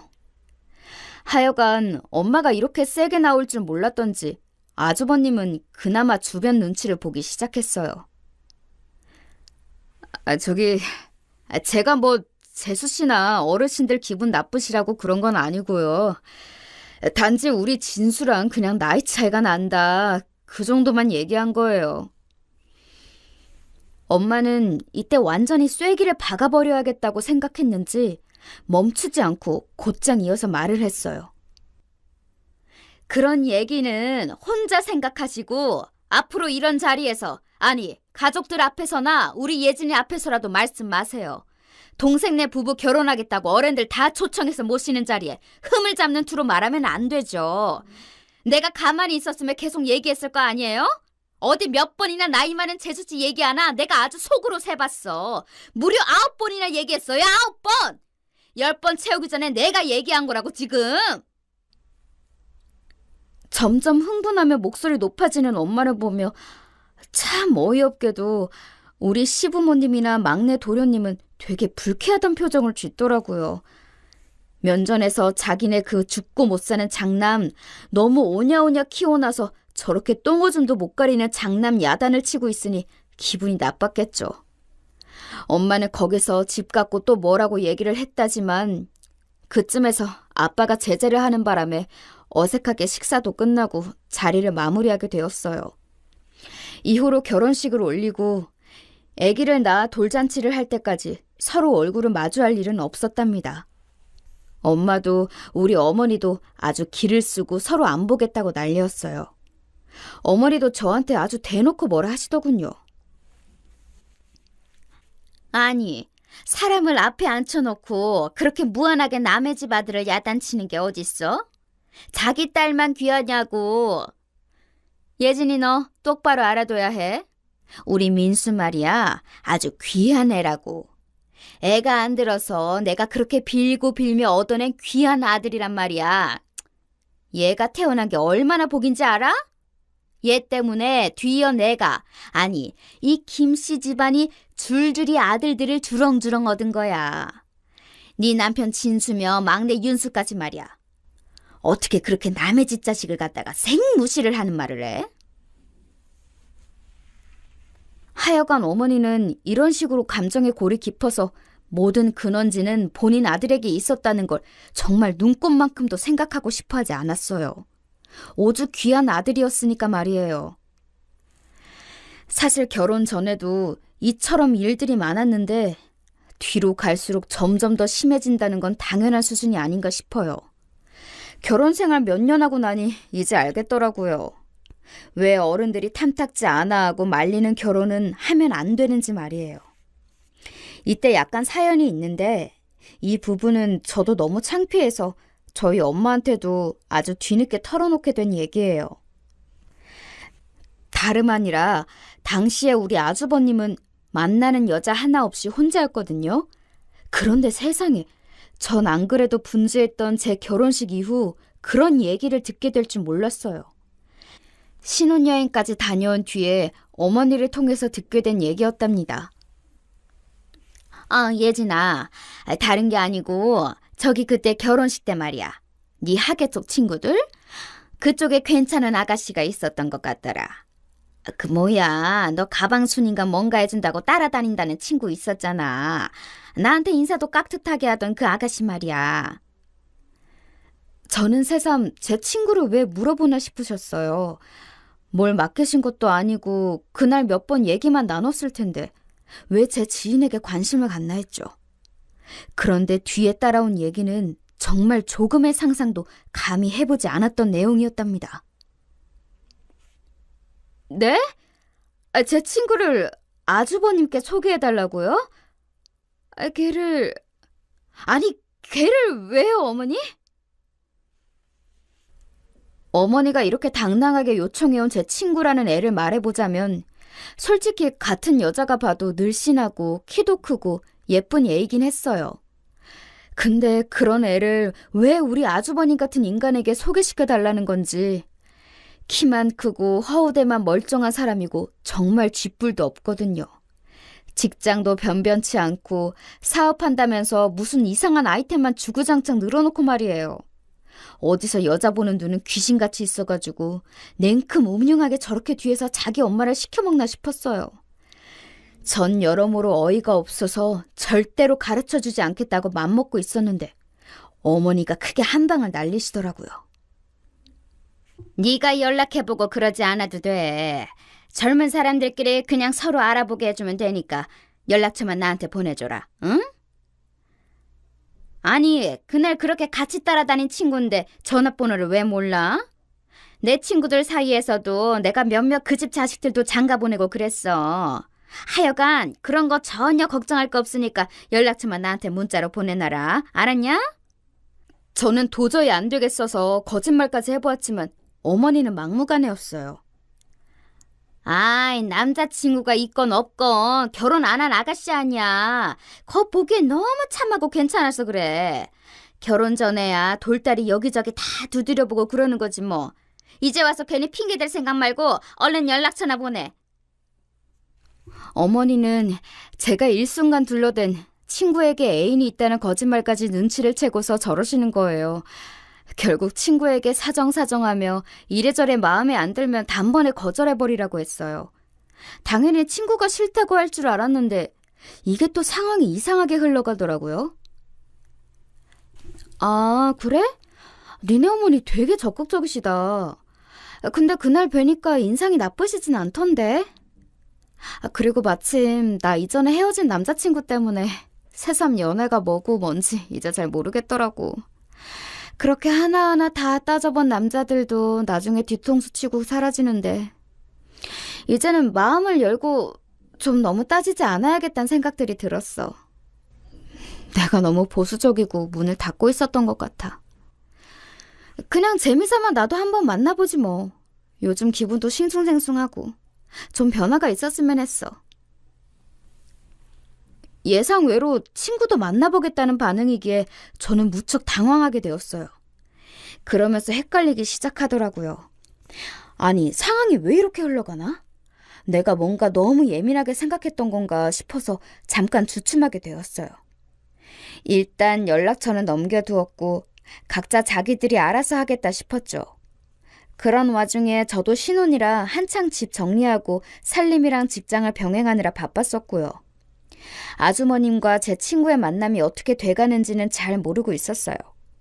그런데 나중에 또 어머니로부터 전화가 걸려온 거예요. 설마 했는데 혹시가 역시가 되어버렸더군요. 아이고, 예진아. 지금 둘이 잘 만난단다. 어제도 둘이 만났다고 사진 찍어서 보냈더라. 아주 벌써 예비 며느리감이 된 기분이야. 아니, 나한테 먹어보라면서 백화점에서 케이크까지 사서 보낸 거 있지? 하여간 경우가 너무 바르고 잘 큰 집 딸이란 게 느껴져. 가정교육을 제대로 된 부모한테 제대로 받은 게지. 이 말에는 정말 도대체가 저를 돌려서 욕하려는 포인트가 한 수십 가지는 있는 것처럼 느껴지더라고요. 본인이 마음에 들어하는 예비 며느리감도 결국 저를 통해서 알게 되셨으면서 은연중에 저를 욕하듯 가정교육이네, 잘 컸네, 집안이 좋네, 제대로 된 부모네, 이럴 게 뭐예요? 그런데 이쯤 들어 막내 도련님도 이윽고 서방님으로 호칭이 바뀌는 일이 생겼으니 일찍이 애가 생겨서 결혼하게 된 거예요. 그때도 집안이 한창 시끄러웠지만 아무튼 우리 시댁은 해를 연달아서 아들 둘을 장가 보내게 되었어요. 어머니는 장남이 제일 먼저 애를 봤어야 하는데 막내가 봤다며 그것도 준비도 안 된 상태에서 자기 아들을 처가로 끌고 갔다며 불만이 많으셨어요.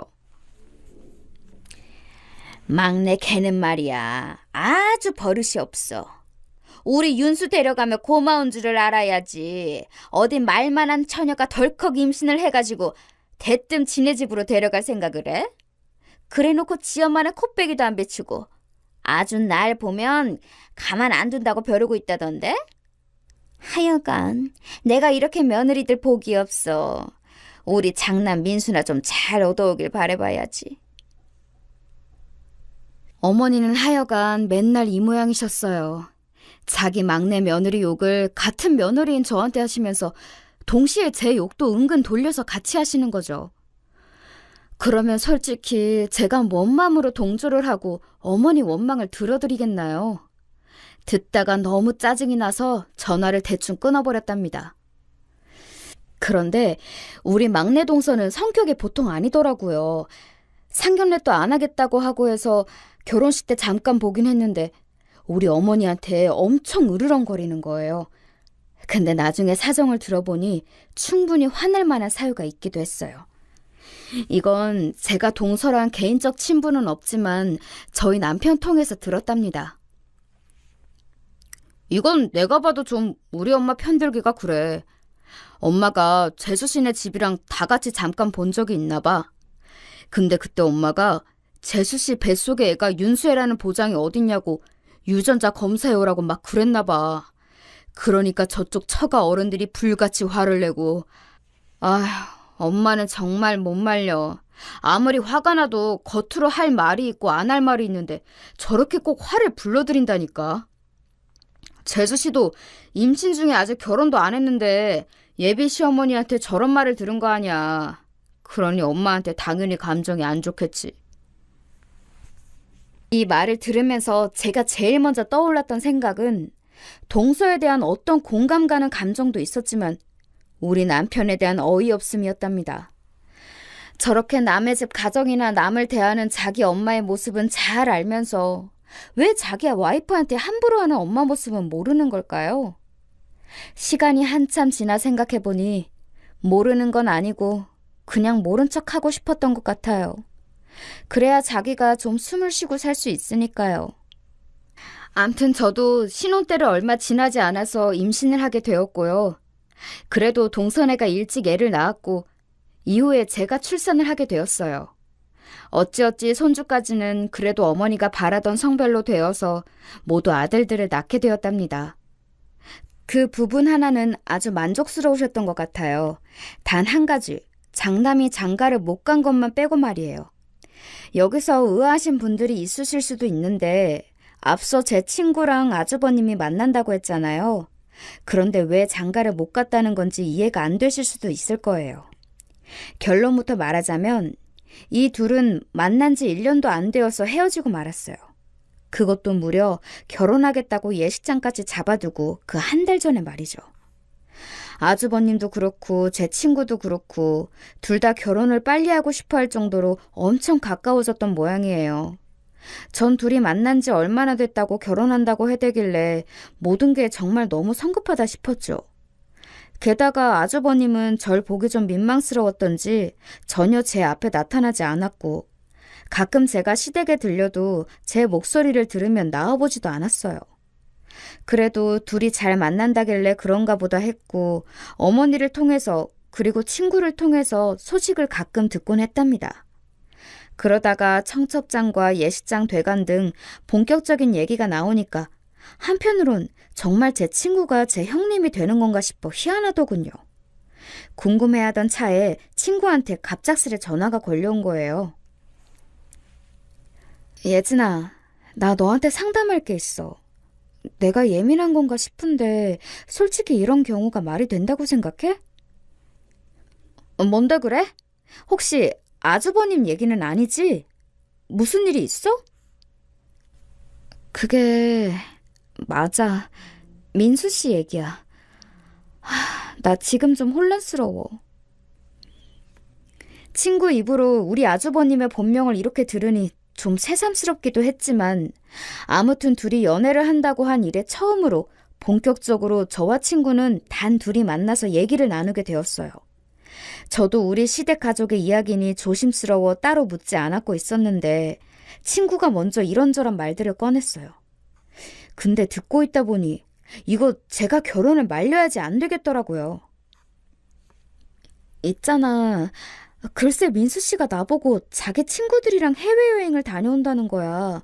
이제 결혼하면 자기는 가정에 충실할 거니까 친구들이랑 다 같이 여행 가려면 이번밖에 시간이 안 된다나?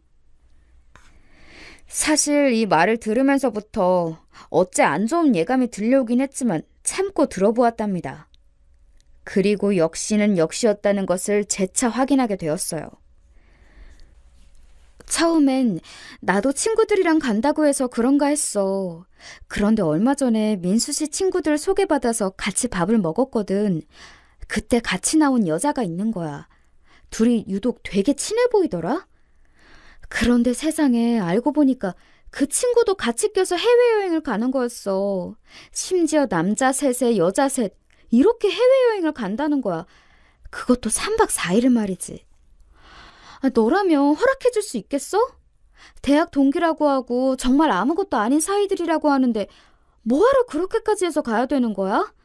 그중 2명이나 각각 결혼 예정이라는데 그런 걸 다들 예비 배우자들이 허락해주는지도 모르겠어. 내가 이상한 거야? 여기까지 듣고 보니 정말 어쩜 안에서 새는 바가지 밖에서 샌다고 사람이 왜 이리 한결같은가 싶더라고요. 역시나 아주버님은 바람직한 인간이 아니었어요. 결혼 전에 저런 문제로 자기 예비 신부를 이렇게 머리 아프게 해서는 안 되는 거잖아요. 반대로 자기 여자가 다른 남자와 만나는 것에는 아주 극도록 예민해 한다는 거예요. 나는 민수 씨 이해가 안 되는 게 그러면서 내가 따로 직장 동료랑 밥을 먹는다든지 아는 오빠와 언니들과 잠깐 만나는 것도 납득을 못해. 다수로 만나는 거고 어릴 때부터 알아온 사람이고 그 자리에도 같이 데려가서 소개했거든. 근데도 내내 얼굴도 화가 나 있고 심통이 그득한 거야. 나중에 그 분위기 무마시키고 내 지인들한테 설명하느라 얼마나 힘들었는지 몰라. 나 정말 여러모로 지치는 것 같고 이 해외여행 얘기까지 나오니까 좀 한계야. 이 결혼하는 게 맞을까? 여기까지 왔으면 이미 친구도 어느 정도 결론은 냈다 싶더라고요. 누군가 방아쇠를 당겨줄기 바라는 게 아닌가 싶었어요. 저도 더 볼 것도 없이 친구한테 할 말을 정확히 했답니다. 친구는 제 말을 듣는 내내 엄청 놀랐는지 점점 눈이 커지더라고요. 수영아, 우리 아주버님이라곤 하지만 나는 아닌 건 아니라고 봐. 일단 나는 내 남자가 결혼 전에 그런 구성으로 그리고 이성인지 친구인지 확실치도 않은 사람들끼리 해외로 여행 다니고 그런 거 용납 못해. 그걸 이해해주길 바라는 건 욕심인 거지. 자기는 아직 이성들이랑 더 꽁냥꽁냥하게 놀고 싶은 거잖아. 그게 잘잘못을 떠나 너랑 아주버님은 가치관이 안 맞는 거야. 근데 결혼 전에도 안 맞는데 결혼 후에는? 더 심각해지고 그땐 고민할 장애물들이 더 늘어나. 그냥 단도직입적으로 말할게. 너 우리 아주버님이랑 안 만나는 게 좋겠어. 지금이라도 늦지 않았으니까 잘 생각해봐. 제 말을 다 들은 친구는 생각보다 이렇게 상황을 극단적으로 정리해줄 줄은 몰랐던 것 같아요. 그래도 어떡하겠어요. 아닌 건 아니라고 말끔하게 정리를 해줘야 한다고 생각해요, 전. 둘이 만나게 하는 것까진 못 말렸지만 결혼은 정말 엄연히 제 책임이 있다고 생각하거든요. 친구는 그 자리에서 바로 답하진 않았지만 좀 더 생각해 보겠다며 말끝을 흐렸고요. 시간이 지나서 이 또한 저희 어머니를 통해서 결과를 듣게 되었답니다.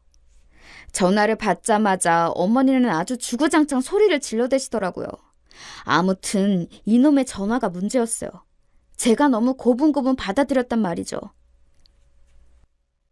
야, 네 친구 걔는 왜 그 모양이냐? 아주 경우가 없어. 아주 싸가지가 없다고. 결혼하겠다고 일을 이렇게 벌려놓고 갑자기 결혼을 못해? 약 올리면서 깍꿍 하는 것도 아니고 이게 뭐야? 청첩장도 다 찍어둘 예정이었고 얼마 전엔 집안 친척들까지 다 돌면서 인사드리더니 이게 못하는 짓거리냐고. 아이고, 가슴에서 내가 천불이 나래, 천불이. 일단 저는 심호흡을 크게 하고 그냥 듣고는 있었어요. 워낙에 자기 자식만 귀하고 남 잘못은 모르는 분이라지만 그래도 이번엔 저도 좀 화가 많이 나더라고요. 자기 아들이 잘못한 내용은 쏙 빼놓고 제 친구 욕만 하시니까요. 그래도 일단은 들어드렸어요. 세상에 대체 이유가 뭔가 했더니 글쎄 네 아주버님이 친구들이랑 여행 좀 간다고 했더니 그게 불만이라는 거야. 아니 친구 사이도 그렇게 숨막히게 옥죄고 못 만나게 해서 어떡하냐? 멀쩡하게 생겨가지고 머리도 똑똑한 줄 알았더니 이제 보니 아주 속빈 강정이야. 그런 멍청이가 따로 없다니까? 그까짓 문제 때문에 이렇게 번듯한 새 신랑을 놓친 게 어딨어? 아이고 네 친구 보고 전해. 너까지 거 2번 다시 줘도 안 가진다고 전해라. 우리 민수 같은 신랑 가면 어디서 쉽게 얻을 수 있는 줄 알아? 지 발로 복을 아주 굴려차는구먼.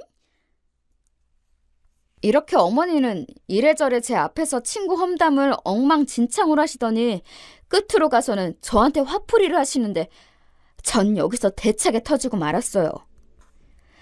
하여간 네가 문제야. 어디서 그런 걸 신부감이라고 소개를 시켜? 옛날에 소개 한번 잘못 시키면 보통 욕먹는 게 아니라고 했어. 그런 거 각오도 안 하고 어디서 저딴 걸 데려다가 네 아주버님 만나라고 했냐고?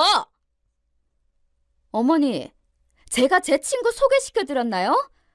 저는 전혀 모르고 있던 상황이었잖아요. 그런 거 안 한다고 했는데도 어머니가 끝까지 연락처 달라고 하시고 둘이 만나게 하셨고 또 둘이 잘 만날 때에는 좋다고 하시더니 왜 이제 저한테 화를 내세요? 어머니는 여기까지는 듣고서 조금 깨갱하시는 것 같더니 제가 반박해서 뭐라고 하니까 그땐 저를 막 몰아세우시더라고요. 그리고 제가 얘기 들어보니까 아주버님이 잘못하시긴 하셨던데요. 결혼 전에 예비 신랑이 여자들이랑 짝 맞춰서 해외여행을 며칠씩이나 놀러 간다는데 어떤 여자가 좋아하나요? 그러면서 제 친구가 지인들 만나러 다니는 건 그렇게 눈에 불을 켜고 감시하러 다니신다고 하고 당연히 둘이 부딪힐 수밖에 없잖아요. 뭐야? 그럼 너는 지금 네 아주버님이 잘못했다는 거야? 네 아주버님 탓하는 거냐고? 그 와중에 꿋꿋하게 본인 장남에게 호칭 맞춰가면서 저를 야단치려는 어머니에게 정말 여러모로 질려버렸어요. 대체 왜 이렇게까지 해야 하는 걸까요? 아무튼 이렇게 얘기는 끝나버렸고 아주버님은 그 뒤로 공연히 저랑 마주치면 되도 않는 시비를 걸어대는 거예요. 명절 때에도 머리는 까치집을 하고 추리닝 바람으로 굴러다니면서 씻지도 않고 면도도 안 한 모양새를 하고 있더군요. 암만 그래도 나이가 40대인데 얼마나 철이 없는 건지 동생네 부부가 왔으면 제대로 씻고 눈곱이라도 떼고 있어야죠. 아주 보기 안 좋은 모양새를 하고는 저한테 이래저래 훈수를 두는 거예요. 재수씨, 거 전날부터 와서 엄마 좀 도와줘요. 우리 엄마 나이가 70인데 저렇게 혼자 부엌에서 허리 수그리고 뭐하는 거냐고. 잡채랑 전이랑 이런 거 미리미리 좀 해오면 좋잖아요. 저도 웬만하면 그냥 무시하겠지만 여간 감정이 안 좋은 상태였기 때문에 웃으면서 받아쳤어요. 어머, 전 어머님 힘드시지 말라고 일부러 집에서 잡채랑 점도 다 해온 거예요. 그리고 그렇게 걱정이 되시면 아주버님이 어머니 좀 도와주시지 그랬어요. 제가 봐도 어머니 너무 안쓰러워요. 그랬더니 인상을 훅 쓰더니 휙 돌아가지고서는 지 방으로 들어가 버리더라고요. 아니 무슨 고등학생 아들도 아니고 뭐 하는 짓인지 모르겠어요. 이때 어머니도 약간 신경이 곤두서 있으셨는데 그 큰 이유는 바로 동서 때문이었어요. 걔는 참 성격도 이상해. 도대체 결혼한 애가 왜 시댁에 들락날락할 생각을 안 하는 거야? 그리고 지는 안 온다고 치자고. 왜 신랑은 못 가게 하는 건데? 우리랑 무슨 왼수졌냐? 내가 아주 기가 막혀서 못 참겠어. 어제만 해도 진짜 화병 나서 죽겠더라니까? 뭔 죄를 지었다고 이렇게 하는 일마다 꼬이는 건지 아주 성질나서 못 참겠어. 어머니는 줄줄 이렇게 읊어대시더니 이후에 갑자기 저한테 폭탄 돌리기를 하시더라고요. 그나마 꾸준하게 시댁에 들리고 있는 며느리까지 안 와야 정신을 차리시겠나 봐요. 예, 네가 한번 막내네 전화 좀 해봐. 전화해서 네 동서한테 명절이니까 시댁도 좀 오라고 하고 재촉 좀 해보라고. 그런 건 같은 며느리들끼리 말해야 알아먹는 거야. 그래도 네가 손윗 사람이니까 전화해서 야단도 치고 좀 해봐라. 내가 하면 다 안 온다고 도망갈까 봐 무서워서 하지도 못하고 이게 뭐냐? 왜 불똥이 저한테 티나 해서 좀 황당해하던 중 어머니는 급기야 불을 지르시는 거 있죠? 아이, 따지고 보면 너도 잘못이야. 네 동서가 저렇게 명절에 안 오고 나한테 버릇없이 굴고 있잖아? 너가 명색이 큰 며느리고 이 집안 가풍을 알면 진작에 길을 눌렀어야지.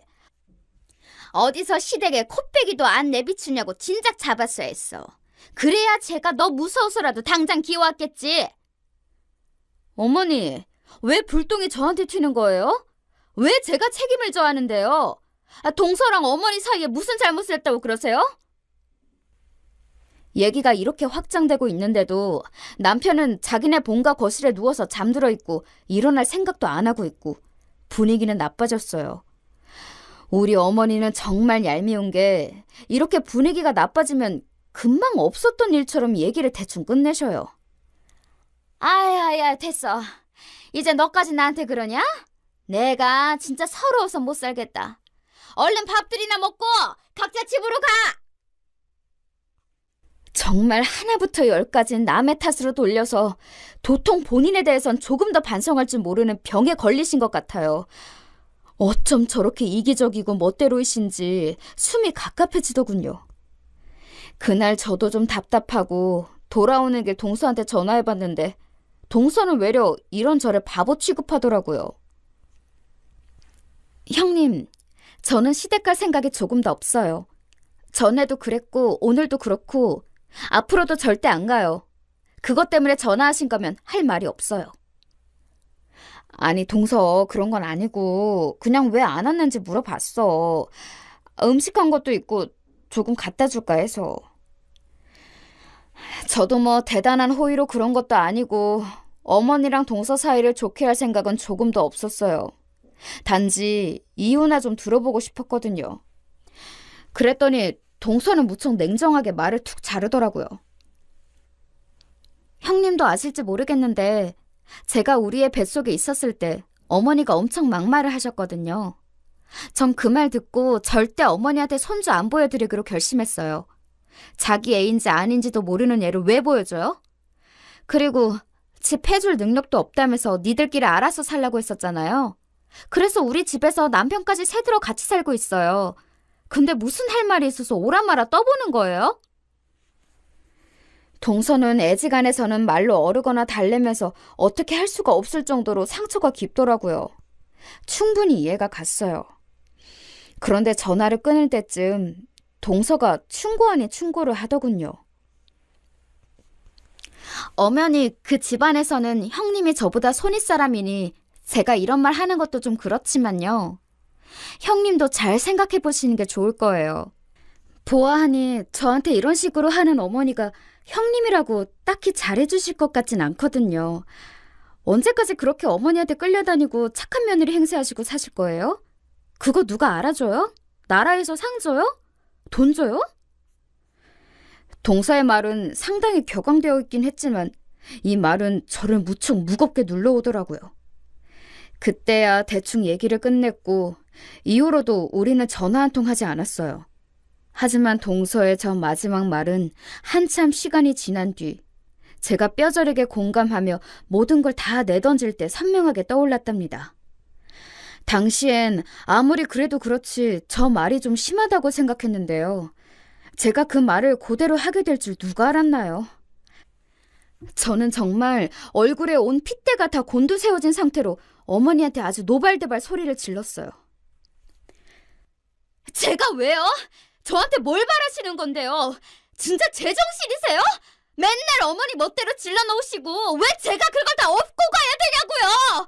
막말로 나라에서 상을 줘요? 돈을 줘요? 전 그렇게 못 살아요. 어머니 며느리 노래 때려칠 테니까 그렇게 하세요. 이렇게 끝도 없이 내지르는 소리에 어머니는 그대로 주저앉아서 몸을 파르르 떨으시고 그 모습을 아버님이 아주 비장하게 보시더군요. 그러면서 어머니를 감싸 안으시더니 저를 엄청나게 원망스러운 눈빛으로 쳐다보셨어요. 하지만 전 조금도 흔들림이 없었고 온몸이 떨려오더라고요. 동서가 어머니를 단절한 것을 보고 이해는 가면서도 저렇게까지 할 필요가 있나 생각했던 제가 그 누구보다 더 격렬하게 분노하며 저런 소리를 쏟아내게 된 데에는 이유가 있어요. 그것은 다름 아닌 저와 약간 양숙이라고 해도 틀린 말이 아닌 아주버님 때문이거든요. 아주버님은 안 그래도 저에게 감정이 좋지 않았던 차에 저에게 완전히 민폐를 끼쳐버리는 행동을 하게 되었거든요. 이때도 역시나 본인이 직접 우리에게 전달하지 않고 어머니를 통해서 전달해 왔어요. 어머니, 그건 말도 안 돼요. 저희가 그런 돈이 어디 있어요. 무슨 말도 안 되는 그런 아이템을 갖고 와서 사업을 한다는 거예요. 저희 남편 멀쩡히 직장 다니고 저도 다닌다지만 애기도 저희 엄마가 봐주고 계세요. 간신히 집 대출도 갚아가고 있는데 어떻게 그런 돈을 대라는 말씀이세요? 이날 어머니는 저한테 전화해서는 아주버님이 뭔 가짠치도 않은 사업을 시작하게 되었다고 하는 거예요. 민수 걔가 어릴 때부터 머리가 비상했어. 자고로 장남이 잘 되어야 해. 내가 볼 때 진수나 윤수 저렇게 시원찮게 사는 걸 보면 다 자기 형이 지금 잘 안 풀려서야. 그렇다고 뭐 하던 일 때려치고 형 도우라는 게 아니잖아. 다들 돈 좀 얼마씩 보태라고. 그리고 내가 딱 보니까 윤수네는 전화도 안 받는 게 거긴 틀려먹었어. 그러니까 니네가 좀 얼마 보태서 내라, 응? 다 내라는 게 아니야. 우리도 얼마 보태주기로 했어. 너네도 너무 무리할 것 없고 어차피 지금도 다 대출 아니야? 거기 좀 더 받아오라는 거야, 내 말은. 이렇게 어처구니 없이 말을 이어가고 있으니 저라고 성질이 나지 않겠나요? 뭐 적당히 알아들을 만한 말을 해야 저도 넘어가죠. 지금 저희 살고 있는 집도 대출금 만만치 않다니까요. 사업하고 싶으면 본인이 노동을 직접 해서 벌어서 하라고 하세요. 왜 부모님이며 동생 가족들까지 다 끌어들여서 돈을 갖다 쓴다는 거예요? 이렇게 팽팽하게 맞서며 조금도 빌려줄 생각이 없어 보이니 어머니는 또 만만한 저를 갖고 멋대로 세뇌시키려고 하시는 거예요. 모든 게 제 잘못이라나요? 너는 얘가 말본세가 아주 못됐어. 아무리 그래도 네 아주버님이야. 네 남편 형이고 네 시댁 장남이라고. 어디서 그렇게 무시하듯이 말을 함부로 해? 네가 그렇게 무시해도 좋을 그릇이 아니라고. 전 다 귀찮고 싫어져서 생각나는 대로 대충 말을 했는데 이후에 이게 어마어마한 결과를 갖고 올 줄 몰랐던 거예요. 전 모르겠어요. 어머니가 알아서 하시고요. 거기에서 저희 집은 빠질게요. 동선에도 저한테 어떻게 해보란 말 하지 마세요. 전에 어머니 말 듣고 전화 걸었다가 욕은 제가 다 먹었어요. 아무튼 알아서 하세요. 그렇게 전화를 툭 하고 끊어버리고는 속에서 정말 열불철불이 올라오는 걸 참았다니까요. 당연히 그날 저녁 들어온 남편한테 전화해서 한 번만 이딴 전화 더 걸려오면 수신 거부해버린다고 신신당부했어요. 남편은 자기 딴에 속상했던지 저보고 왜 그러냐고 하더니 얼마 뒤에 터진 일을 보고는 어찌 수습해야 할지 몰라 넋이 나가 있더군요. 이때는 무려 아버님이 저한테 대신 전화를 하신 거예요. 뻔하죠 뭐. 어머니가 뒤에서 아버님한테 이래저래 주문 넣고 시키신 걸 거예요. 둘째야 나다. 다른 게 아니라 우리가 이번에 사정이 좀 일이 됐어. 큰애 사업한다고 다들 뭉쳐서 도와줬으면 싶은데 어째 서운하게 실이 이렇게 뜻이 안 모이냐. 그래서 우리가 좀 힘을 썼다. 여기서 전 의아한 게 무슨 힘을 썼다는 건지 이해가 안 되는 거예요. 제가 알기로 시부모님 둘 다 돈 별로 없으시거든요. 어디서 빚을 냈다는 건지 뭔지, 그리고 굳이 그 여부를 왜 저한테 보고하시는지도 모르겠고요. 어째 전화기를 들고 있는 내내 불길한 예감이 엄습했는데 이게 이렇게 저한테 확 들이칠 줄 누가 알았겠어요? 그래서 말인데 우리 살고 있던 집을 정리했어.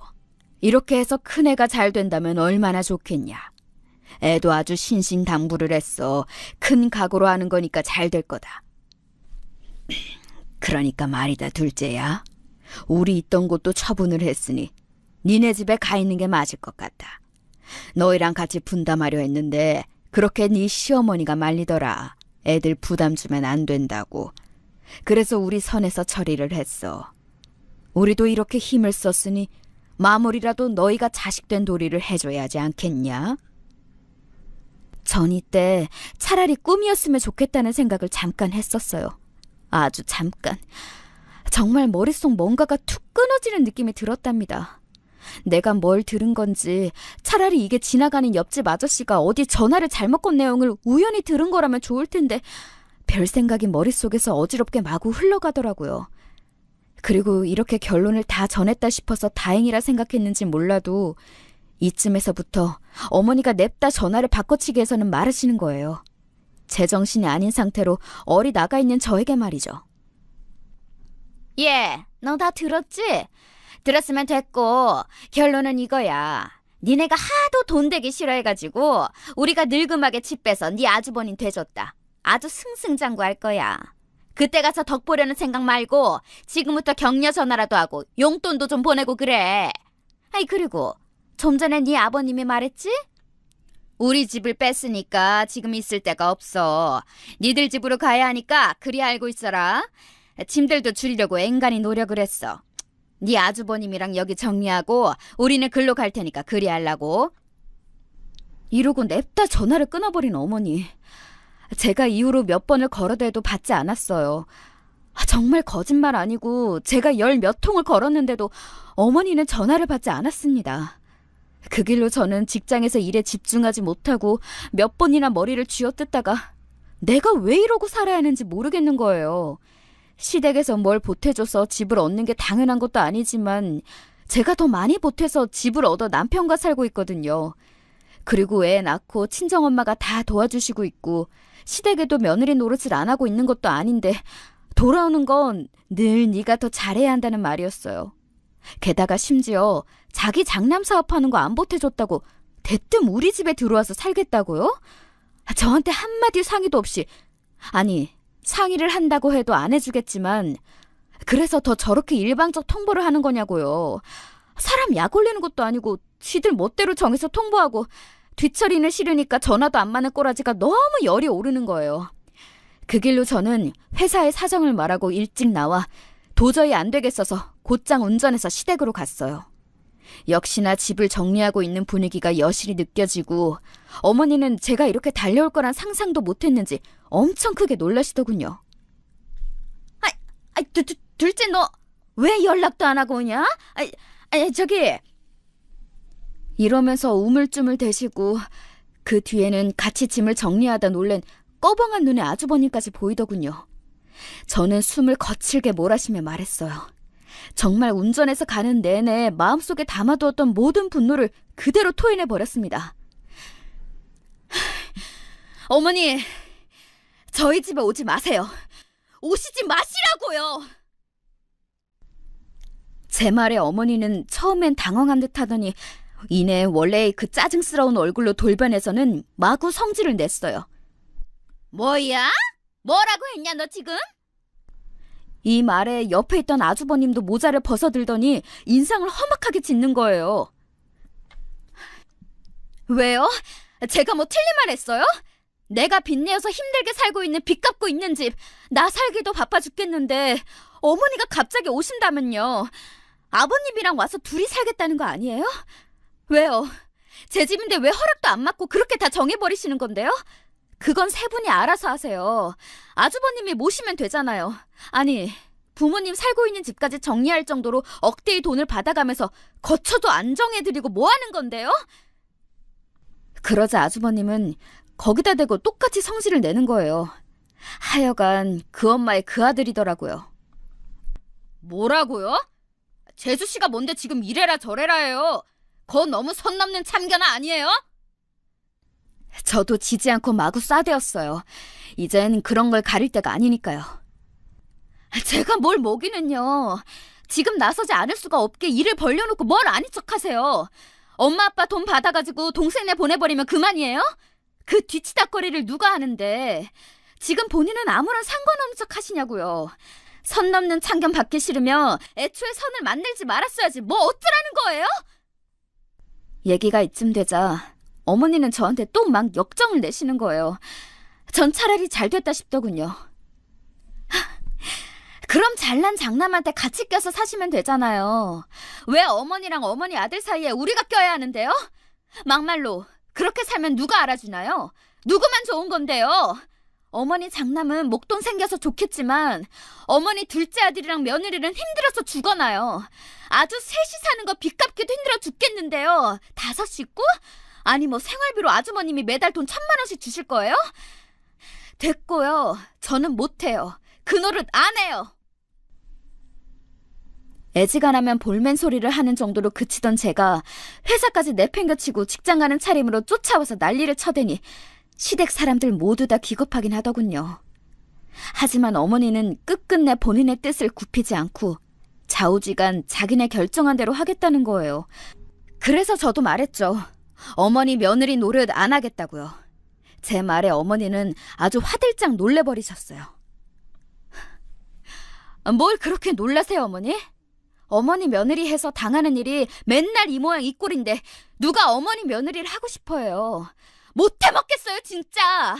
있던 거 한다고 어머니 당사자한테는 맨날 무시당하고 더 잘해라 소리나 듣고 막말로 뭐 나라에서 상을 줘요? 뭐래요? 제가 어머니한테 많은 걸 바랬나요? 어쩜 그렇게 맨날 못마땅하셔서 사람을 잡아대고 마음대로 일을 벌려놓고 그 수습은 왜 저한테 시키시냐고요. 어머니 며느리 안 해요. 저 이혼할 거예요. 여기까지 쏟아내고 난 뒤 저는 그 뒷말은 더 들을 생각이 없었기에 그대로 나가버렸어요. 그대로 운전해서 집으로 들어왔고 남편에게도 전화해서 이때 일어난 일을 통보했어요. 난 할 만큼 했어. 당신이 선택해. 어머니 아버님이 우리 집에 들어와서 사시는 건 내 계획 안엔 없어. 그럴 거면 당신이랑 이혼하고 이 집 처분하고 나는 내가 알아서 살게 찾을 거야. 아 물론 애 볼 생각은 꿈에도 안 하는 게 좋을 거야. 이혼 사유는 다 당신한테 있는 셈이니까. 가정을 깨느냐 이어가느냐는 당신 손에 달려있어. 오늘 안에 나한테 바로 답 줘. 이렇게 던져놓았고 전 씩씩거리면서 친정 엄마에게도 모든 상황을 말했고요. 거의 기절할 정도로 열이 받은 엄마는 그대로 제 남편한테 전화해서 난리 부르스를 쳤던 모양입니다. 결국 여기에 항복해버린 남편은 그간 모든 부분의 수동적인 모습을 보였으나 어쩔 수 없이 자기 엄마에게 전화를 했다더군요. 엄마한테 말했어. 나는 이혼할 수 없겠다고. 그래서 일단 엄마 울고불고 난리도 아니야. 엄마는 한 번만 더 생각해달라는데 나도 어렵다고 말했어. 아무튼 당신은 더 신경 안 써도 돼. 그렇게 말하는 남편도 본인이 꽤 굴욕적인 입장이라 생각했는지 표정이 엄청나게 어둡더군요. 하여간 이후로 시부모님과 아주버님은 좁아터진 원룸으로 들어갔고요. 셋이서 그 조그만 5평짜리 방에 살면서 지지고 볶고 싸우고 난리도 아니라는 후문이 들려오고 있어요. 벌써 몇 번이나 남편이 거기 불려갔었거든요. 그 꼴을 우리 집에서 봤을 생각하니 아니죠. 어머니가 우리 집에 있으면서 얼마나 거드름을 피워가며 절 부려먹었을 생각하니 기도 안 차요. 있어서는 안 될 일이고 끔찍한 일이죠. 본인이 자기 자식 뒤 닦아준다고 일을 벌려놓고 왜 그걸 남의 자식한테 가서 해결 보려고 해요? 저희 엄마가 직접 어머니 찾아가서 온갖 욕을 퍼붓겠다는 걸 저랑 남편이 같이 엎드려 빌며 말렸고요. 저는 이혼을 엄포한 뒤로는 어머니랑 연락도 안 해요. 이렇게 간단해지는 일일 줄 몰라서 한편으론 참 너무 허무하기도 하고 서글프네요. 어머니가 짠해서라기보다는 그냥 인간관계의 한 측면으로 볼 때 그렇다는 얘기예요. 왜 사정을 이 지경까지 만들어 놓고서도 자기 잘못이 뭔지도 모르고 말년에 자식들한테 다 버림받고 저렇게 사시는지 모르겠다는 거죠. 와중에 저보고 너도 늙어봐라. 너는 시애미가 안 될 줄 아냐고 생각하실 분들도 계실 것 같은데요. 오해하지 마셨으면 좋겠어요. 저는 자식한테 나중에 신세짐에서 살지 않기 위해 열심히 벌어서 살고 있고요. 행여 신세를 진다고 해도 저렇게 몰상식하게 인격을 깔아뭉개면서 제 무덤 파는 일은 안 합니다. 자식들이라고 생각이 없을까요? 자기를 저렇게 인격적으로 지지겨대고 함부로 구는 어른한테 단지 자기보다 나이가 많다는 이유만으로 순종하고 싶어하는 자식은, 아니, 그냥 그런 인간 자체는 없을 거라고 생각해요. 남편이 수시로 어머니와 통화하고 괴로워하는 걸 보면 그냥 여전히 개벌은 남 못 주고 힘들게 사신다 싶네요. 전 더 상관하지 않으렵니다. 그럼 여기까지. 저의 속 터지는 사연을 들어주셔서 감사해요. 이제라도 느지막이 해방된 걸 감사하며 살고 싶어요.